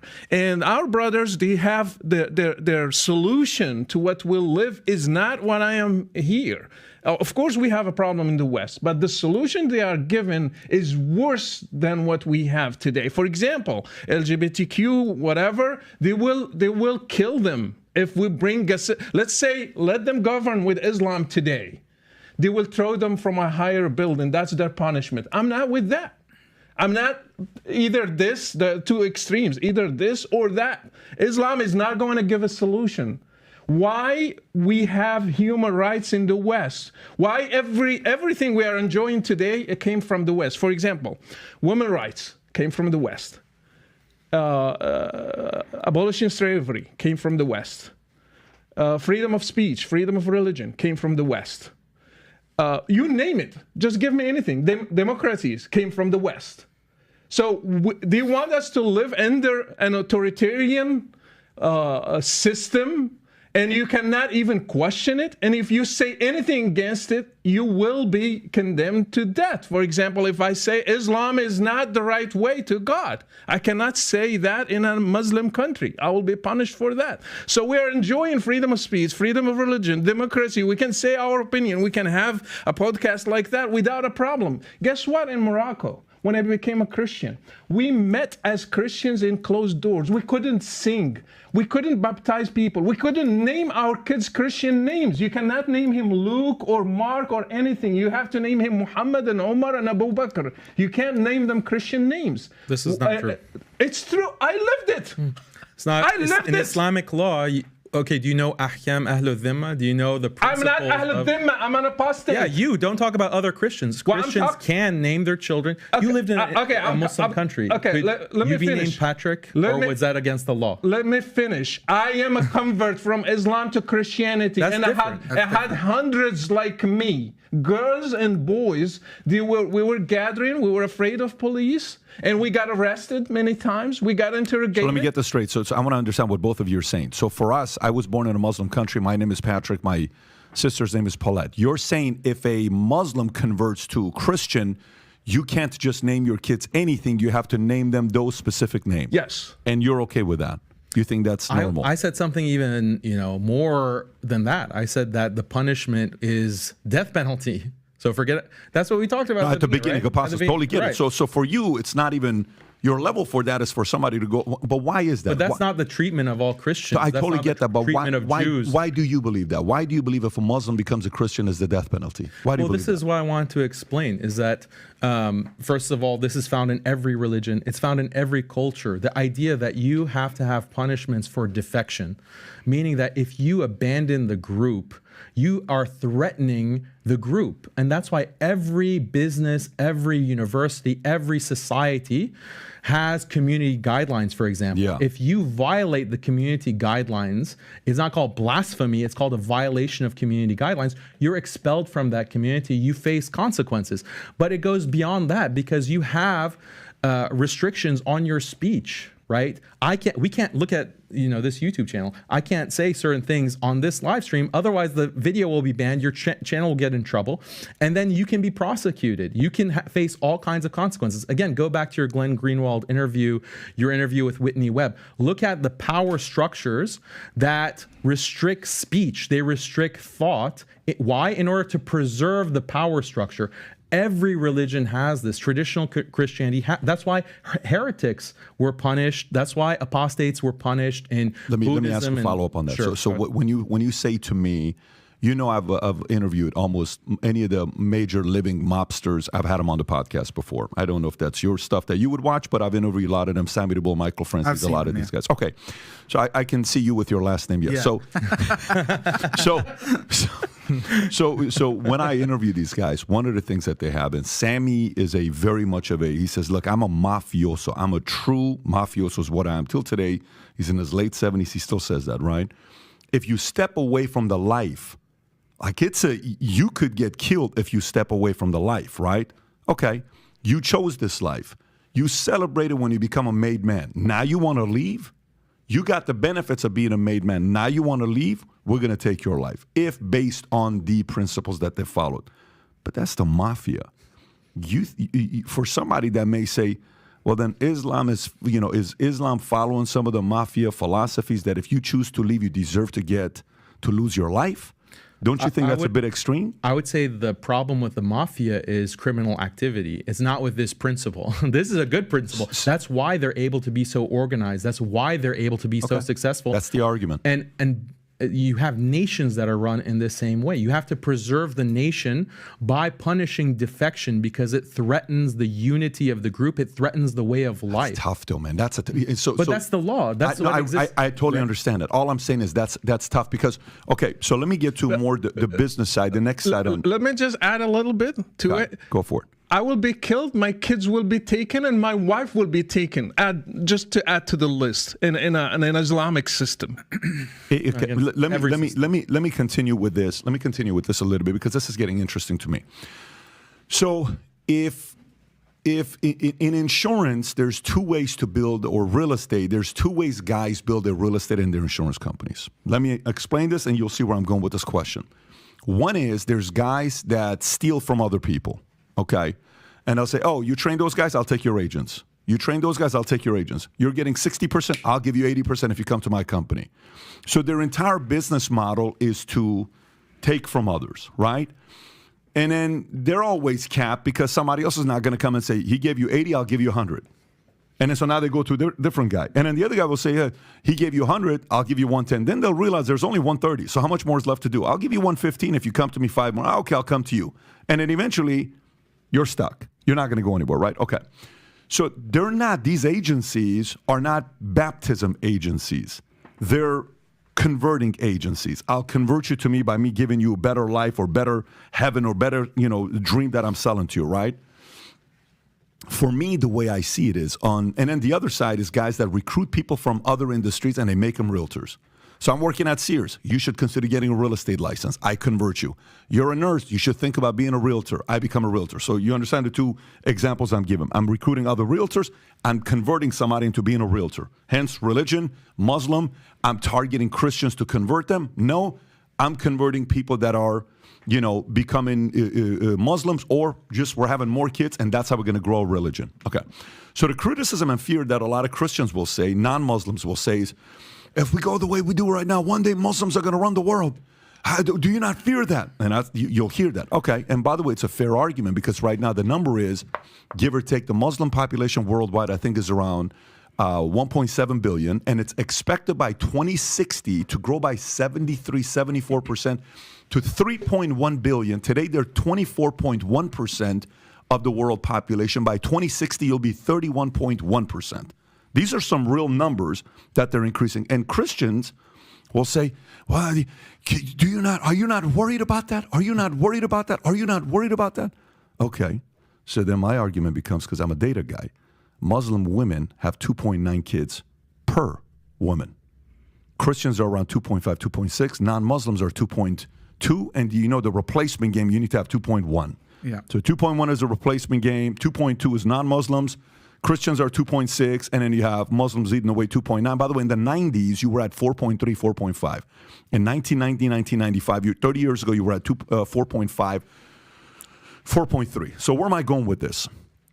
So where I'm going with this is, if this goes the way it does, and they do what they do, it is very natural that the Senate, that Congress, that House, that governors are going to be ran by Muslims. Right now, you have 3 that are there. You mentioned the names earlier. There used to be 1 in the past. That's 4. But we had 82 in the midterm election who are Muslims that got elected to city, state, different kind of jobs that they had record-breaking ever, right?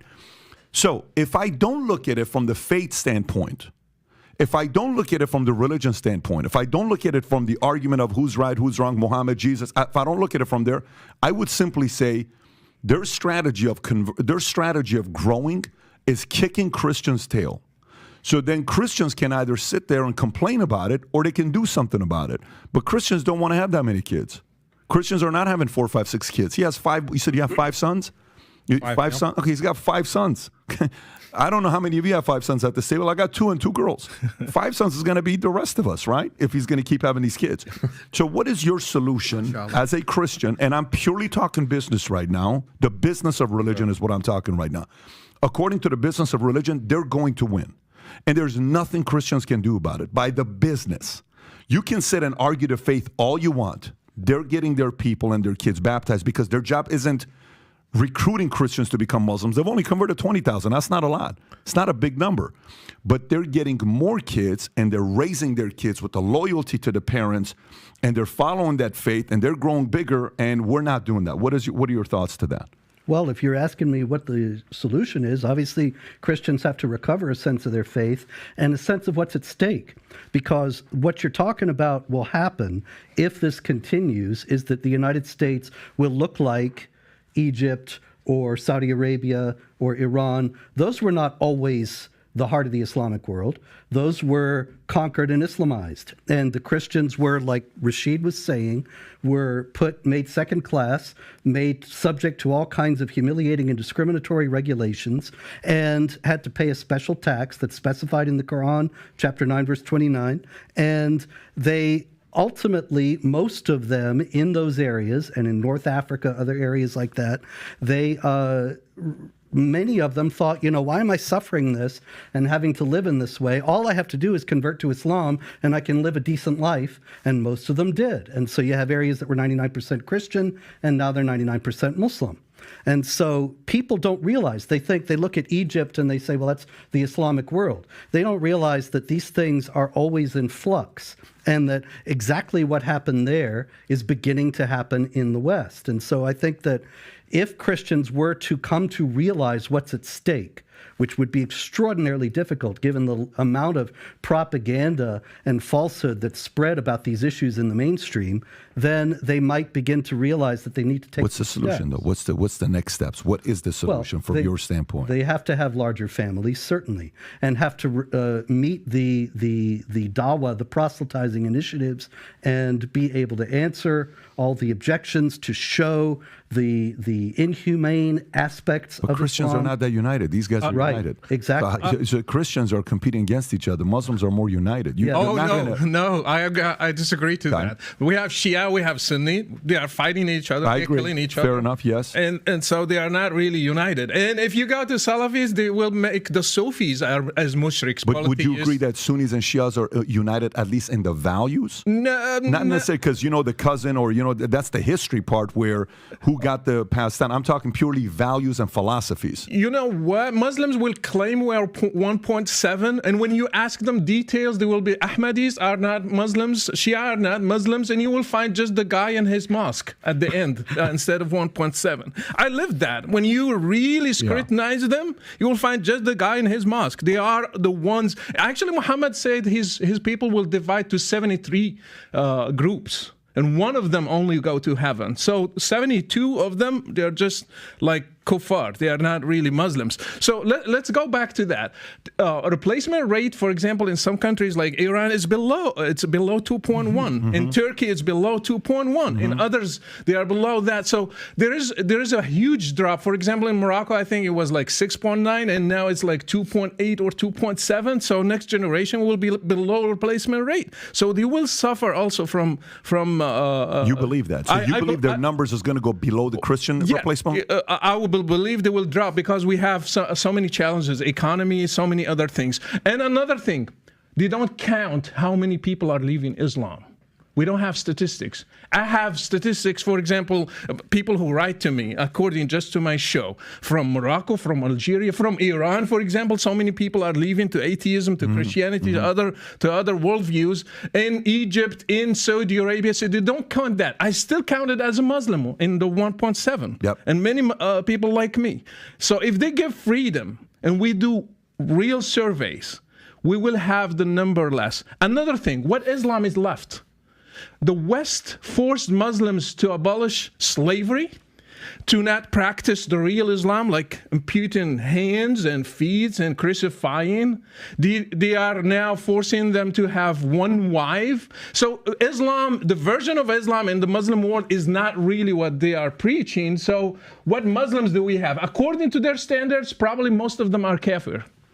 And not only that, it's because of the death penalty for apostasy that this is unreported. But also there was a survey, and people did answer the anonymous survey recently in Iran. Only 40% of the population identified as Muslim. Now that's extraordinary, and it shows how inhumane Sharia Islamic law is. Who ran that poll? Who? I don't remember who ran it, but it's easy to find. We can look it up Rob, here. can you look it up? 1979 to now, we've right had Islamic law in Iran, and now 60% of Iranians have rejected Islam.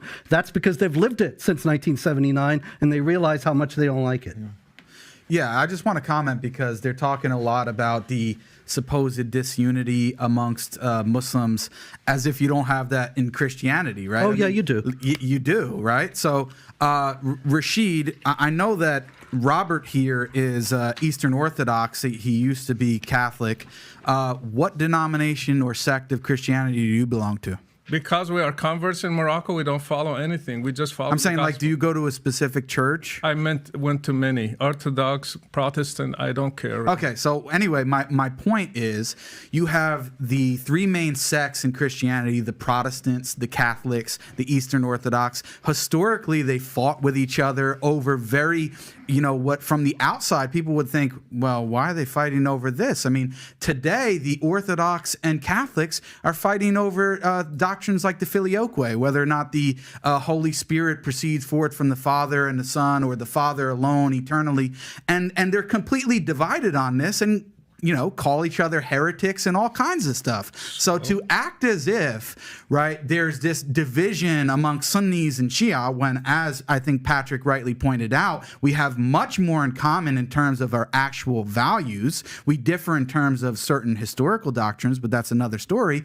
On the other hand, you have so many different sects within Christianity, so many different denominations, all of them disagree and consider each other to be heretics. So for you to make that accusation and critique of Islam, I just don't think is correct. It opens up. Look at the history of the Catholics versus Protestants in Europe. Over 5 million killed in the wake of the Protestant Reformation. So, I mean, that's That applies to Christianity more than Islam. But going back to Patrick's point is that you want to grow your numbers and grow the Christian population. I want to help Christians grow because I think a world that has more Christians is better than a world that has more atheists. But how can you have more Christians when you don't really believe in the Bible?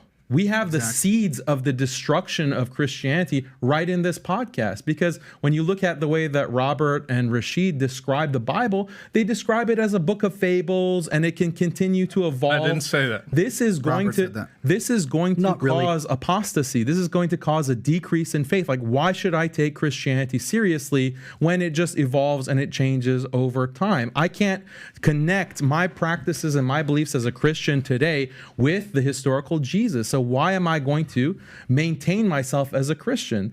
And then also the whole theology, which we haven't discussed at all today. Like, the 95%. Monotheism is 80 to 90% of the world believes in monotheism, in one God. And monotheism is a central, crucial, the most important part of Islam, the belief in one God without partners. He is not like anything. This is a very powerful belief that 80 to 90% of human beings profess in this day and age. And Islam represents that in its theology and emphasizes that in its theology. But if you have a Trinity, or you have a theology that is not really clear, is Jesus God? Is there a Godhead? Is there this other system? Do we go by the Catholics, or do we go by the Orthodox? Do we go by the Protestants? You don't have a consistent theology. Sunnis and Shias, they all agree on monotheism. God is one. He is not like anything. They agree on the Quran. Yeah, there can be some theological differences and nuances between different schools, but there's not the same kind of disparity or variance between Christian sects and this idea of the Trinity, which frankly no one can understand. Like, what does it mean to be three in one? Let me respond to that. My brother is mentioning divisions between Catholics and Protestants. If I go back, there are divisions among the follower, the disciples of Muhammad, the Sahaba themselves. They killed each other. You know that the wife of Muhammad went and killed the followers of Ali in Mawqi'at al-Jamal. Thousands died among the first disciples. This didn't happen between Peter and John, by the way. And so if you go to Islam, from the beginning, they fought each other, and they had divisions from the beginning. You know that, for example, the fight over the Quran was created or eternal. They fought over that, and actually, one time they had the whole caliphate going one way, the other time they killed people who believed that. So you're trying just to give a fake picture. There are divisions, there are killings among Muslims all through history, from the beginning, from the start, which didn't happen within Christianity, by the way. And Peter and James. Oh, they didn't kill each other. They didn't kill each other because they didn't have political authority. Okay. Oh, wow. Were they fighting each other? Yes or no? Who killed Ottoman, for example? Who killed Paul and Peter and James? Were they at war? Were they fighting? They were not fighting. Okay, they weren't. Fight is to take an army against another one. Aisha took an army and killed people. If you don't have an army, you don't have political power. You completely destroys the point. You lost your argument. You're trying to make a false analogy here. You lost your argument. This is not an analogy. You're not gonna win over any Christians by constructing these straw man arguments that completely misrepresent what I was saying. I would say this, but if I may, and I want to hear your thought. Just a quick rebuttal here. My point earlier is I don't think they're trying to convert. Because I think, hear me out. Oh, sure they are. I'm sure they are. But I don't think that's where they rely on. The earlier point I made, their strategy on outgrowing Christians is to internally raise kids from the beginning rather than converting. Oh, yeah. That's the way they're going to be, able to do what they want to do. So if you want to respond, go right ahead. Well, they are obviously converting Christians because Jake is here. But the fact is 20,000. Islam is not really that attractive a message. And so there aren't many people who are converts. Most of the people, like you're saying, the reason why it's growing is because of polygamy and because the women have many, many more children than women in the West do. But in any case, the points that I was making, you're completely misrepresenting and running with your misunderstanding and claiming I said things I never said. The point that I was making was that the Old Testament and the New Testament, as I said before, are records of an evolving understanding among the people of God. And that because of that evolving understanding, they came to realize that these things had no applicability for all people for all time. The idea that the Old Testament is not applicable for Christians is in the New Testament itself. That's actually a large preoccupation of the New Testament, that they are free, the Christians are free from the law. And so you bring up these Old Testament examples, the big difficulty you have is that nobody in the Christian world is thinking this is marching orders for today, whereas people read the Quran, unfortunately, they do think that when it says kill them wherever you find them, when you meet the unbelievers, strike the neck, and so on, they do believe that these things are marching orders for today because the Quran does not have these different stages of development. But this doesn't mean in Christianity that just anything goes. In Catholicism and Orthodoxy, you have the apostolic succession and the authority of the bishops who can authoritatively interpret the scriptures and set the doctrines. And those doctrines have been consistent from the beginning. It's not as if it's some free-for-all. Patrick, excuse me, you're interrupting once again, and I never interrupted you. No, I'm asking a permission. Just a second. Okay. And in Protestantism, you also have the at least ostensibly, a fidelity to the Scripture, so that you can't just say anything goes and we're going to become LGBTQ now legitimately. Now, there are people who are doing this, and they are mostly in the Protestant purview because they don't have this authority that establishes various understandings of whether homosexuality is sinful or not, and so on, and so they can reinterpret these things, and that is a big problem. Nobody is interested in hiding any problems, but when you set up these straw man arguments and say, oh, Spencer said the Bible's fables and anything goes, you're just lying. I never said that. Okay. Oh, you did? I have a comment about statistics. Pew Research Center say Islam gains about as many converts as it loses in the U.S. So 0 at the end. So even the 20,000, you can just cancel them. Another thing, Elias Bayounis, he said that 75% of new Muslim converts, they leave Islam after that. So not many, 75% is a huge number. They go back because they find, usually they are fascinated with Middle Eastern, non-white religion. And yeah, it's fascinating. Our brother is wearing even the Moroccan jalaba. He likes it. You like it, right? Yeah, it's not Muslim, by the way, it's Berber. So you just think, because they're fascinated with these things and they think that's Islam, when they start digging in, oh, I didn't agree to killing apostates. I didn't know that Muhammad ordered that. Well, Andrew Tate. Andrew Tate specifically cited that Muslims stand for their principles. That's why he converted, right? Yeah, Andrew Tate. I'm glad he converted to Islam, so take him. I want to say something about Muslims converting to Islam. Then you find out little by little things that you didn't agree at the beginning. Every product comes with a warranty, except Islam doesn't come with a warranty. If you don't like it, your head is going to go. So that's why it's not an appealing religion, and people start rejecting it after they find these little details inside. I want to give them an opportunity to respond, and then we can go to the next issue. Yeah, I'd like to respond because Robert brought up apostolic succession and claims that these doctrines have been held, since the beginning of Jesus. Jesus proclaimed his message to the apostles, and they passed it on to early church fathers, and then all the way down the line, and it's been this consistent message throughout. But on very core doctrines, which Daniel and I would actually like to spend more time on what he called the 95%, which is actually monotheism. Unfortunately, we believe that Christians, Trinitarian Christians, are representing a veiled form of polytheism. And you claim that this was the consistent message over time. Well, let's see what Justin Martyr, your own saint, says. He's in the beginning of the 2nd century. He was born in the year 100. In his famous dialogue with Trypho, chapter 56, he says this. Let's see if his theology is the same as yours, Robert.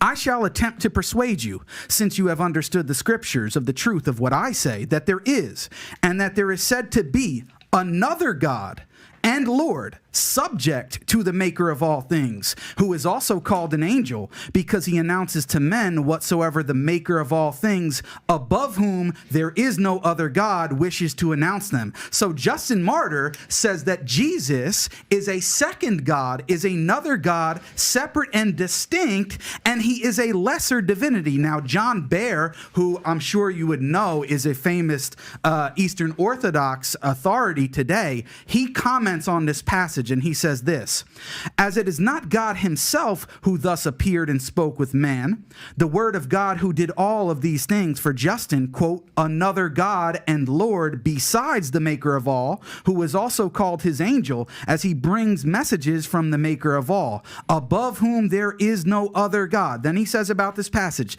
the divinity of Jesus Christ, another God, is no longer that of the Father himself, but subordinate to it a lesser divinity. Now, that's just one example. Justin Martyr, who you would consider a saint, you may even pray to, as the Eastern Orthodox pray to dead saints, but the reality is that your theology, according to you, on the Trinity is actually more correct than the person that you're praying to. And I can go through a whole more list on key doctrines, like the doctrine of the incarnation, the atonement, and the Trinity itself, that the early church authorities like Justin Martyr, Irenaeus, Tertullian, and on up until the 4th century never preached the doctrine of the Trinity, sir. So when you make the claim that your message has been consistent without, well, we see in the very beginnings on the fundamental point of who God is, you did not have the same doctrine. It took to get to the 4th century, and that's why Christianity, because at its very beginning was very comfortable with development. Oh, who is God? Is a man God? Is he God and man at the same time? So if you can have those sorts of developments, of course you can have developments about how laws are applied and whether or not we should be celebrating LGBTQ and all of that. That's your history, sir. Not at all. Actually, no. The difference is that when it comes to LGBTQ, it's very clear that homosexuality is immoral, and that this is the consistent teaching of all the Christian groups up until quite recently. And so the ones that have changed that have departed from the faith. And you cannot have a development that contradicts what went before. The developments happen harmoniously. At the beginning of the church, there was a great deal of difficulty in understanding exactly how it was that God had become man. And so you have people trying to formulate it. And Justin Martyr tries to formulate it, and he does so erroneously. You have some assumption, probably coming from Islam, that the saints are infallible, and actually that's not the case. And so you want to quote me fathers of the church from before Nicaea all you want. The fact is that the Trinity was formulated at the Council of Nicaea in 325, and there isn't anything that was taught by the authorities in the church. Justin Martyr was a great saint, but he was not one who was formulating the doctrine and charged with the responsibility to give us what the teaching of the Christian faith is. The Ecumenical Council had that authority, and they formulated it in this way. Now, does this mean that Justin Martyr is a heretic? No, because he comes before that.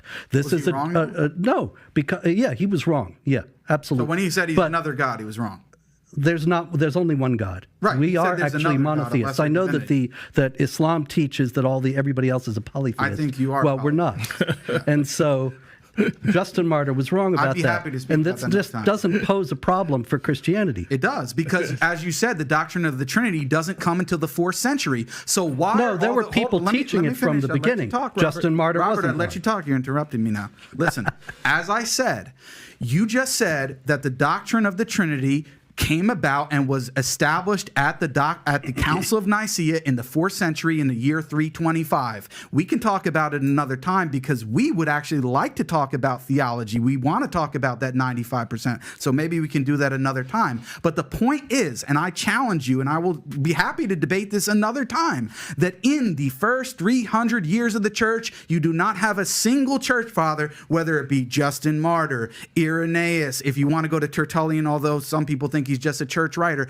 Down through the line up until the 4th century, they did not teach the doctrine of the Trinity, and I will defend that position anytime, any place. Okay, because sure, there were plenty of church fathers Give me one. who taught the Trinity. Ignatius of Antioch.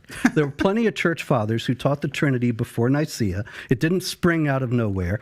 Basil the Great writes about it quite extensively, and so it's you acting like it was. Basil was when? Some people made what it up. year was Basil? Well, he comes after the definition, but I'm saying that So he he's explains. after, so what's the right. point? So you We're think talking that about he's before. he's one of the great saints, and he's revered as also one who is explaining and formulating to the doctrine transition of the into Trinity. Yeah, exactly. Then I'd like to transition to the next story. Yeah, we're We can getting do in this the another weeds time. here, We are. but That's this is what a I lot didn't of want to do. hooey. That's why I said we went through that part at the beginning. We have a few different things to go through. So, Dylan Mulvaney, okay, transgender, Bud Light, he comes out, he's going viral. He cost Bud Light, Anheuser-Busch, I don't know, $29, $30 billion. It's a lot of money it cost him, right? If Dylan Mulvaney today has a change of heart, okay, goes to sleep, cannot sleep all night, is praying, boom, he wants to find God. Would the religion of Christianity or Muslim welcome Dylan to convert to become a Muslim or a Christian? Would Muslim welcome Dylan Mulvaney? Yeah, if he accepts that he cannot be other than his biological sex, that would be acceptable. Like when you become Muslim, it just requires saying the testification of faith. There is no God but God. There is no God but Allah, and Muhammad is his final messenger. Then you become Muslim, and that wipes away everything that you've done previously. You start with a completely clean slate. So everyone is welcome to become Muslim, and we invite everyone. So even a Dylan Mulvaney could be a Muslim. Yeah. On your end, Dylan Mulvaney lived a different kind of a life, wants to become a Christian, change his life. What position does the Christian faith take? Welcome. yeah, anybody can repent and become a Christian. Actually, Christianity is for sinners, people who admit their sins and want to follow Jesus so he can live a better life and has his life changed. And that's what happened to me and happens to millions. Well, in case he's watching, you have two choices now, Dylan. Which direction you want to go, okay? But I wanted agree. to clarify that for him. I agree with Daniel. Yeah. He needs to admit he's a guy. Great. And I'm sure if he's going to go through that, he'll do it. Next question for you. Enemy. Who is the enemy of Christians and who is the enemy of Muslims? Who is the enemy of Christian faith? Well, the classic answer is by St. Paul that we're not fighting against earthly powers, but against spiritual powers. And ultimately, there's a spiritual aspect to everything that an individual experiences in his life. Most of the time, they're not aware of it. But there are evil forces that try to lead people to do evil acts. Yeah, the enemy is anyone who threatens freedom, our freedom of speech, freedom of religion, and anyone who is trying to kill the ones who are different than his religion or his thinking or his way of thinking. So any worldview that will threaten my freedom, my way of life, my way of changing, choose today to be a Christian, tomorrow a Jew, tomorrow an atheist, anything that will threaten that my choices and will force me just to follow one way, I will consider it an enemy. Yeah, so that's an interesting answer. It seems like his religion is secularism and not the Christianity. But when it comes to Islam, the biggest enemies defined in the religion is number one, Satan, because he tempts people and takes them off of the straight path. Then what's called dunya, which is like the worldly life, which is a delusion, the life to come, the afterlife. That is the true reality. Dunya, exactly. So we have to be focused on God and worshiping him and being on the straight path. And then also our desires like lust that will cause us to commit sins. And then also our ego, which is called nafs, the ego which tells us that we're greater than God, that we are more important and that we are better than others just because we are who we are. These are the four spiritual enemies of humankind. And then in terms of a worldly perspective, I would say liberal secularism is the biggest enemy to all traditional people, Muslim, Christian, and it is the world power today. Did you have anything to say or are you good with No, I mean, I just be reiterating what Daniel said. Sounds good. So here's a question I got for you. Obviously, in America, everybody here lives somewhere in America, right? We all live in America. Yeah. And there's a reason why we're here. We'd like to stay here, God willing, make our life work, make things work, and make it a place where we can raise our kids, have a family. Actually, I don't want to, but that's, You want to move out of here, Yeah. so you're looking Soon at as other possible. places. Really? Yeah. Have you thought about some places? Morocco. Oh, so you want to go where he is from? Yes. Okay, any reason for it? What's your reasoning? My wife is from Morocco, and I've been there many times. I've spent a lot of time there, and I enjoy it. And I want to. I haven't had any children yet, and I am actually afraid about the American society and the way it's going, especially over the past 10 years. And I don't want to raise my children here. And by the way, to be fair, a lot of parents are also concerned about what's going on in America today. So good for you for actually wanting to go there. So here's one part that's confusing to me. About 3/4 of people, of Muslims, voted for Hillary Clinton when she ran for office. About 3/4. This is not too long ago they voted for her. That's Muslims, right? Today, 74% of Muslims vote Democratic. Okay, when I look at values and principles, I'll give you top 10 issues for the 2024 ticket for Democrats and Republicans. And I kind of want to get your thoughts here, because this is an area where I feel like, Muslims and Christians can actually be unified in certain areas. And if we do, it's going to be a formidable opponent to go up against. I'm sure they're not going to like this. So 10 most important issues for Democrats in 2024. Number 1, climate change and environmental policy. Number 2, healthcare. 3, Black Lives Matter, police reform, things like that. 4, economic inequality. 5, voting rights. 6, education, then gun control, foreign policy, national security, labor rights, and jobs, okay? The left is more pro-LGBTQ, that being taught in schools. It's things that they're open to the idea. What's wrong with that? Let them learn at an early age, et cetera, et cetera. On the right, Republicans, economic policy and taxation, number 1. Number 2, conservative judiciary, okay? So Supreme Court, having conservatives being conservative, Supreme Court being conservative. Mm-hmm. Immigration, border security. 4, Second Amendment rights.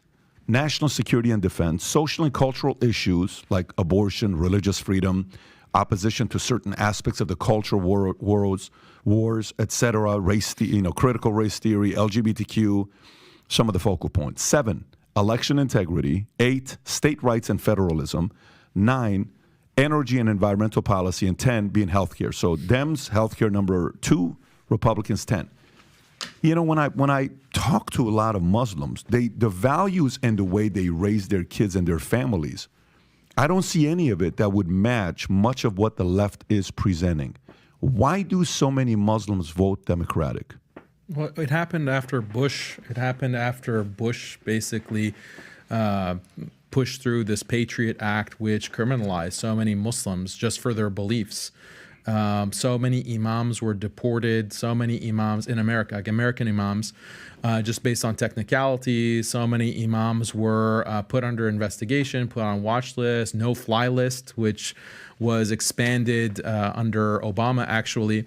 And so that kind of attack on the Muslim community by the Republicans really traumatized a lot of the Muslim community. And I, for many years, have been telling Muslims that, look, we shouldn't just reflexively align with the progressive left, because their tolerance and their acceptance of Muslims is only skin deep. When you actually look at the policies and the foreign policy of the Democrats, like Hillary of all people, like Obama, they also have some very anti-Muslim policies, both domestically and internationally. And we have to look beyond the niceties, like Joe Biden will come on and say, inshallah, or Ramadan Mubarak, and maybe a Republican won't do that. So just because he gives you that nicety, you're going to bow to that political party. That makes no sense. We should not align with one particular party. We should maintain our independence, and others should cater to the Muslim community as a voting bloc, as opposed to us giving our allegiance to one side reflexively in the way that has been done in the past 10, 15 years. Got it. What would you say, Jake? No, I would just reiterate the same thing so we can give them a chance. Robert, what are your thoughts on this one here? Because to me, I look at the history and I have the conversations, and I'm always, surprised on what value from the left. I know there's a part of it's like, well, the right is more pro-Israel than the left is sometimes. the right is too much defensive of that and the left is a little bit more open to the idea. But what would you say? Well, Israel does have something to do with it. And it is also a lot, actually, what Daniel said, some of it was actually true, that the policies of the Bush administration and some of the things that still linger were so incredibly wrongheaded, and Muslims were quite resentful, in some cases with immense justification. At the same time also, and I think this is the heart of the matter, the left is sold out to the idea of racism and is obsessed with the idea of racism. Islamic groups in the United States, particularly after 9/11, but before that also, like the Council on American Islamic Relations, Muslim Public Affairs Council, and others, they very skillfully have portrayed any criticism of Islam, even opposition to jihad violence and Sharia oppression of women and others, as racism and bigotry. And, you know, Daniel actually has said in some of his debates that you criticize the left's agenda and you get put on hate lists and deplatformed. Well, that's actually happened to me because I spoke the truth about Islam, and the left does not want that out. They are completely sold out to the idea that that Muslims are all of one race and that they're non-white, and that consequently any opposition to Islam is just racism and white supremacy, and that consequently they have to stifle all criticism of Islam and all opposition to jihad and defame and destroy those who speak that criticism. And so the Islamic groups love that because Sharia actually criminalizes criticism of Islam and it carries the death penalty. But your work is racist, though. Your work is racist. That's a lot of hooey. Your site calls for investigation of me, like his site. He is called to investigate me. Yeah. Well, you do. Do you read your own site? You do call for the death penalty for apostasy and so on. He has 4 articles on his site dedicated just to me that I need to be investigated because I don't agree with LGBT. May I respond? On his site. The thing about Robert Spencer, and I'm glad that he brought up this issue of racism, he is a racist. Like his site, anytime a Muslim anywhere or any Middle Easterner, doesn't have to be a jihadi or doesn't have to be a Muslim even, commits a crime, he puts it on his site and says, oh, jihadi, Islamic terror. And he creates this fear-mongering against immigrants. And imagine if you had a site dedicated to whenever a Jewish person committed a crime, you say, oh, Judaic violence, and you called your site Jew Watch. Or anytime a black person committed a crime, say, oh, Black Watch, this is black terror, this is black crime. That's what he does to Muslims, and he's had a long career of this. He was involved in the same counterterrorism work with the Republicans that he's now decrying and saying, oh, yeah, I disagree with that. You were a part of that effort. You were a part of those administrations. Daniel, you're lying. Them. You're lying again. I did advise the FBI when I was invited. I advised the FBI and military groups, CIA a couple times. Absolutely, yes. Yeah. And that was mid-level people who invited me who were trying to change the point of view of the higher-ups. And that's why I got in. Yeah, that's not like constitute me as terrorists. And I wrote... I have the CIA. No, you're lying. These 3-letter agencies Daniel, on me because of the kinds of work... You're defaming me and you're lying, and I need to have a chance to respond. Yeah, there are 4 articles there. How many articles are at Jihad Watch? About 80,000, going back 20 years. Muslims there are 4 that mention you, and 3 of them I didn't write. So I'm not entirely versed on everything they say. Mainstream Muslim speakers like me, and you depict them as terrorists, you are not as mainstream. Hate mongers who need to be investigated. You are a hate monger, and you approve. Did you not approve of the Taliban?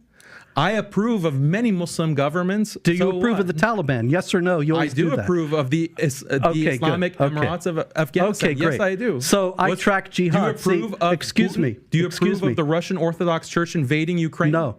No, you don't? So you denounce the Russian Orthodox? Yeah, sure. Okay, your own church, great. The hierarchy. That's not my church. It's par for You're the not course, Orthodox. Robert. I am Orthodox. You have no understanding of Christianity. You've denounced the Bible. I am Greek Orthodox. Jesus. Okay, no, I guess it's you're fine. lying again. You set up these straw man. But the point is that he's racist. He's been cited by terrorists. Anders Breivik, who killed about 100 people in Norway, cited Robert Spencer. He said, read everything from Robert Spencer about Islam. Am I going to have he gets endorsed from terrorists. He keeps multiplying these things. things, and so you have to allow for some time. Would you accept with a site called Jew Watch? Answer that. It's not an analogy. If my sites were Muslim Watch, then yeah, you would have a point. But it's not. It's Jihad Watch. And jihad is people killing innocent people, terrorist activities, flying the planes into the buildings on 9/11. And so I track jihad activity. Muslims didn't fly any planes into anything. You are interrupting again. And you were trying to make sure that I can't answer this defamation because you know that it's lies and you want to make sure the truth doesn't get out.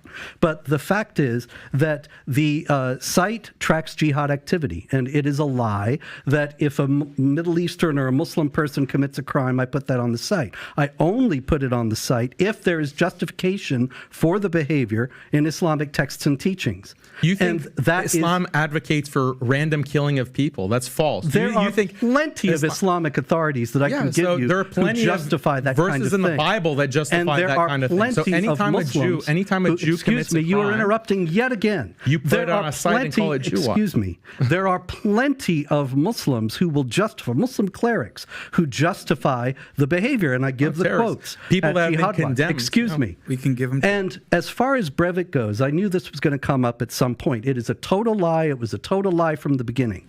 And I was ready for it. So I actually have what Breivik actually said.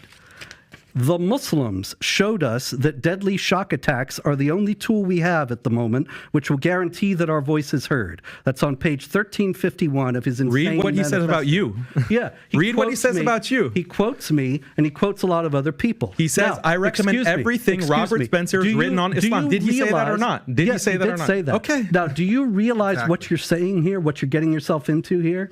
No, because I just want to make me. You keep talking over me because you do not want the truth to get out. You asked me a question. Now, you asked me a question. Breivik you have the same ideology as Breivik. You have the same anti-immigrant ideology as Breivik. Breivik actually criticized me because I would not call for violence. Can you unpack for the audience what you guys are talking about? Breivik is this crazy man in Norway who killed 77 people at a youth camp. They were not Muslims, incidentally. They were just kids. He was a nut. He was a lunatic, and he wrote this 1,300-page manifesto, which is very suspect. Because, for example, one of the reasons why I'm mentioned many times in it is because in it is the entirety of the script of a documentary I was in 2002.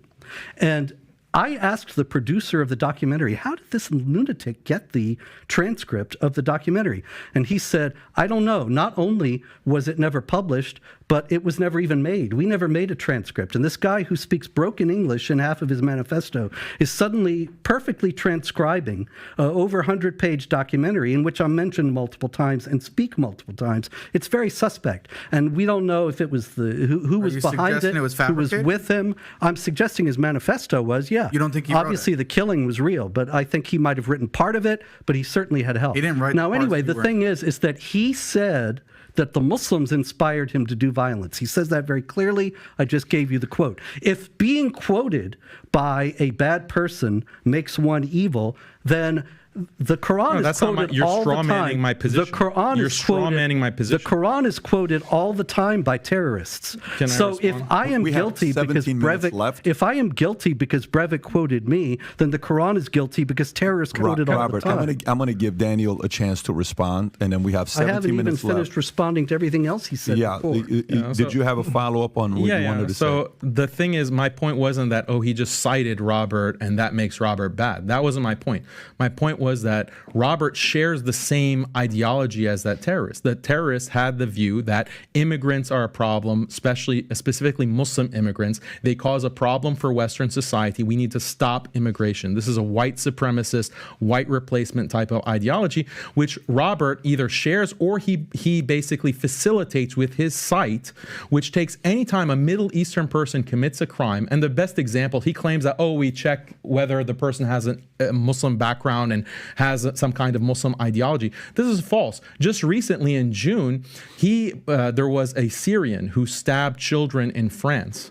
And Robert immediately posted up another Muslim jihadi attack on his Twitter. His site put up an article. Then it turns out that this guy is a Syrian who's a Christian. His name is Abdul Masih, which means slave of the Messiah. He's a Christian.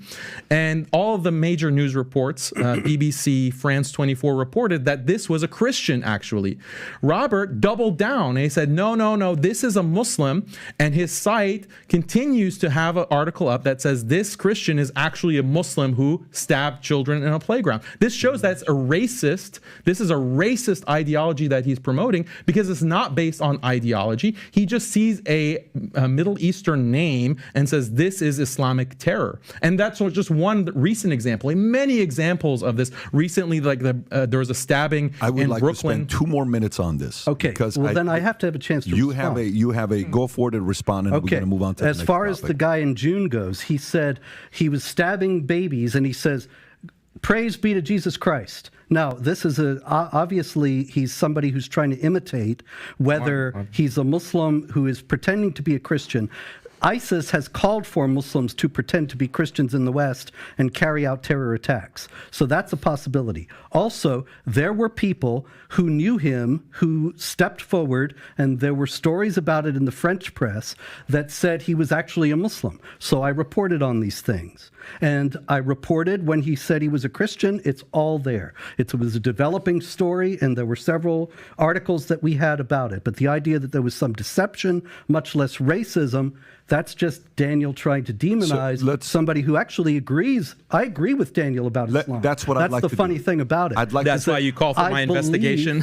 I didn't. I'd like to go to the next phase. But I think you should be, yeah. I agree. There you go. I'd like to go to the next phase. What do Christians and Muslims have in common? What do they have in common? Well, they would disagree, but monotheism is certainly one thing. Definitely not. And there is in Islam the appropriation of the biblical prophets, such that it's kind of invasion of the body snatchers Christianity. I mentioned the movie before. They take your personality and give you a different one. And so you have Abraham, you have Moses, you have Jesus in the Quran, but they're completely different figures from what they are in the Bible. Robert, what do Christians, Muslims, and Jews have in common in America? What values and principles do Muslims, Christians, and Jews have in common in America? Yeah, there's a general, probably in some aspects of sexual morality, with the exception of polygamy and sex slavery of infidel women and some other things like that, wife beating. But otherwise, you have the idea of the value of marriage. That's something certainly that they have in common. What would you say? What do Christian, Jews, and Muslims have in common? Values and principles in America. Yeah, we have shared values with actual traditional Christians. When it comes to Reform Christians, they're basically like Reza Aslan, Christian versions of Reza Aslan. Can you even call them Christians? With traditional Christians that actually care about the Bible and just don't call it a book of fables, we have values in marriage, preserving marriage, preserving chastity, modesty, opposing sexual immorality, preserving gender. The concept of gender is so important. That's a shared value with traditional Christians and traditional Muslims. The importance of the family, respecting parents, respecting, raising children the right way. Raising children to respect these values of morality, communities coming together. These are all shared values. They're traditional values. Do you think... Belief in God and caring about God. Do you think society or again, rip this apart as much as you want. Brother Rashid, you can, what I'm about to say here right now, you can come in and fully disagree with what I'm saying. Do you think there is how we always talk about who are the people of power, like the real people of power? I'm not talking about millionaires and billionaires or presidents. I'm talking people that are really the people of power, right? Mm-hmm. Do you think they would like to keep Christians, Muslims, and Jews, specifically Christians and Muslims, divided, pinned against each other, with the fears of them potentially being united, or no, that's a religious division that there will never be a element of a unification amongst Christians and Muslims against a common enemy? I mean, as somebody who studied Islam, Islam puts Christians and Jews as the first enemies from the first, from it started. A little closer to the mic. Muhammad's enemies, they were Jews and Christians. He never mentioned Buddhists or Hindus or any other religion. He mentioned basically Christians and Jews. So that Muslims inherited that enmity from Muhammad until today. If you ask them who is the enemy, they will be the West. If you go to Morocco, for example, do statistics, it will be the West, especially America and Israel, because they represent Christians and Jews. So when the Quran says do not take Jews and Christians as friends, do you think what happened to Jews and Christians through history was just random or was based on doctrine? When the Quran says, like, you have to fight the Christians and Jews until they submit and they give the jizya, do you think that enmity started back then in the 7th century, or it just somebody caused it today? The enmity is inherited in the text. In the Umar ibn al-Khattab, he kicked the Jews and Christians from the Arabic Peninsula. And Muhammad said, I will kick out Christians and Jews until only Muslims are kept in the Arabic Peninsula. When he was dying in his deathbed, he said, cursed be on Jews and Christians because they took the graves of their prophets as shrines. So all these things are embedded in Islam. Actually, my book, the ideology behind Islamic terrorism, the first chapter is, in the beginning, it was hatred. So the beginning, the root of terrorism is hating who are not Muslims, especially Jews and Christians. There is a huge hatred. Actually, in the Sunnah, hating the non-Muslims is a must, is a part of faith. Al-wala wal-bara, they have a doctrine called al-wala wal-bara. You have to take only believers as your close friends and close allies, and you have to hate disbelievers. So this is inherited. If somebody want to follow Islam by the letter, he should take Christians and Jews as enemies. Look, I'll answer your question. The powers that be, do they want to divide Christians and Muslims? Yes, absolutely. The powers that be started this war on terror, and they started this attack on all religion and tradition. They started with Muslims, and they created this counter-extremism policy. If you have certain beliefs as a Muslim, you believe that we should follow the Quran as it was revealed, follow the Prophet Muhammad, peace be upon him, then you are an extremist, and we have the right to surveil you and detain you, etc. Now they've moved that from Muslims to Christians. Now Christians are coming under fire. All the tactics that were used against Muslims are now being used against Christians. Christians are being watched by the FBI. You go to protests like Drag Queen Story Hour at the public library or at the school board, you're on a watch list by the FBI. So these were tactics that are used by Muslims. Now they're being used against traditional Christians. And Robert Spencer was a part of that whole apparatus. So yes, the powers that be do want to divide Muslims and Christians because that way they can have an easier time. Most people are attracted to traditional religion. Most people hate feminism. Most people hate LGBT. Most people hate these new isms, these ideologies, and they want to stick to their traditions and values. How do the powers that be want to conquer those religions and values? Divide and conquer. So that definitely, I'm on the same page with you on that. Yeah, I only asked the question because, you know, when I started our own insurance company, this is the thing I can use, is because we attracted people from all walks of life.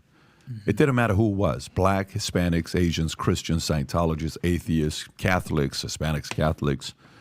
And we figured out the way to find things that we had in common.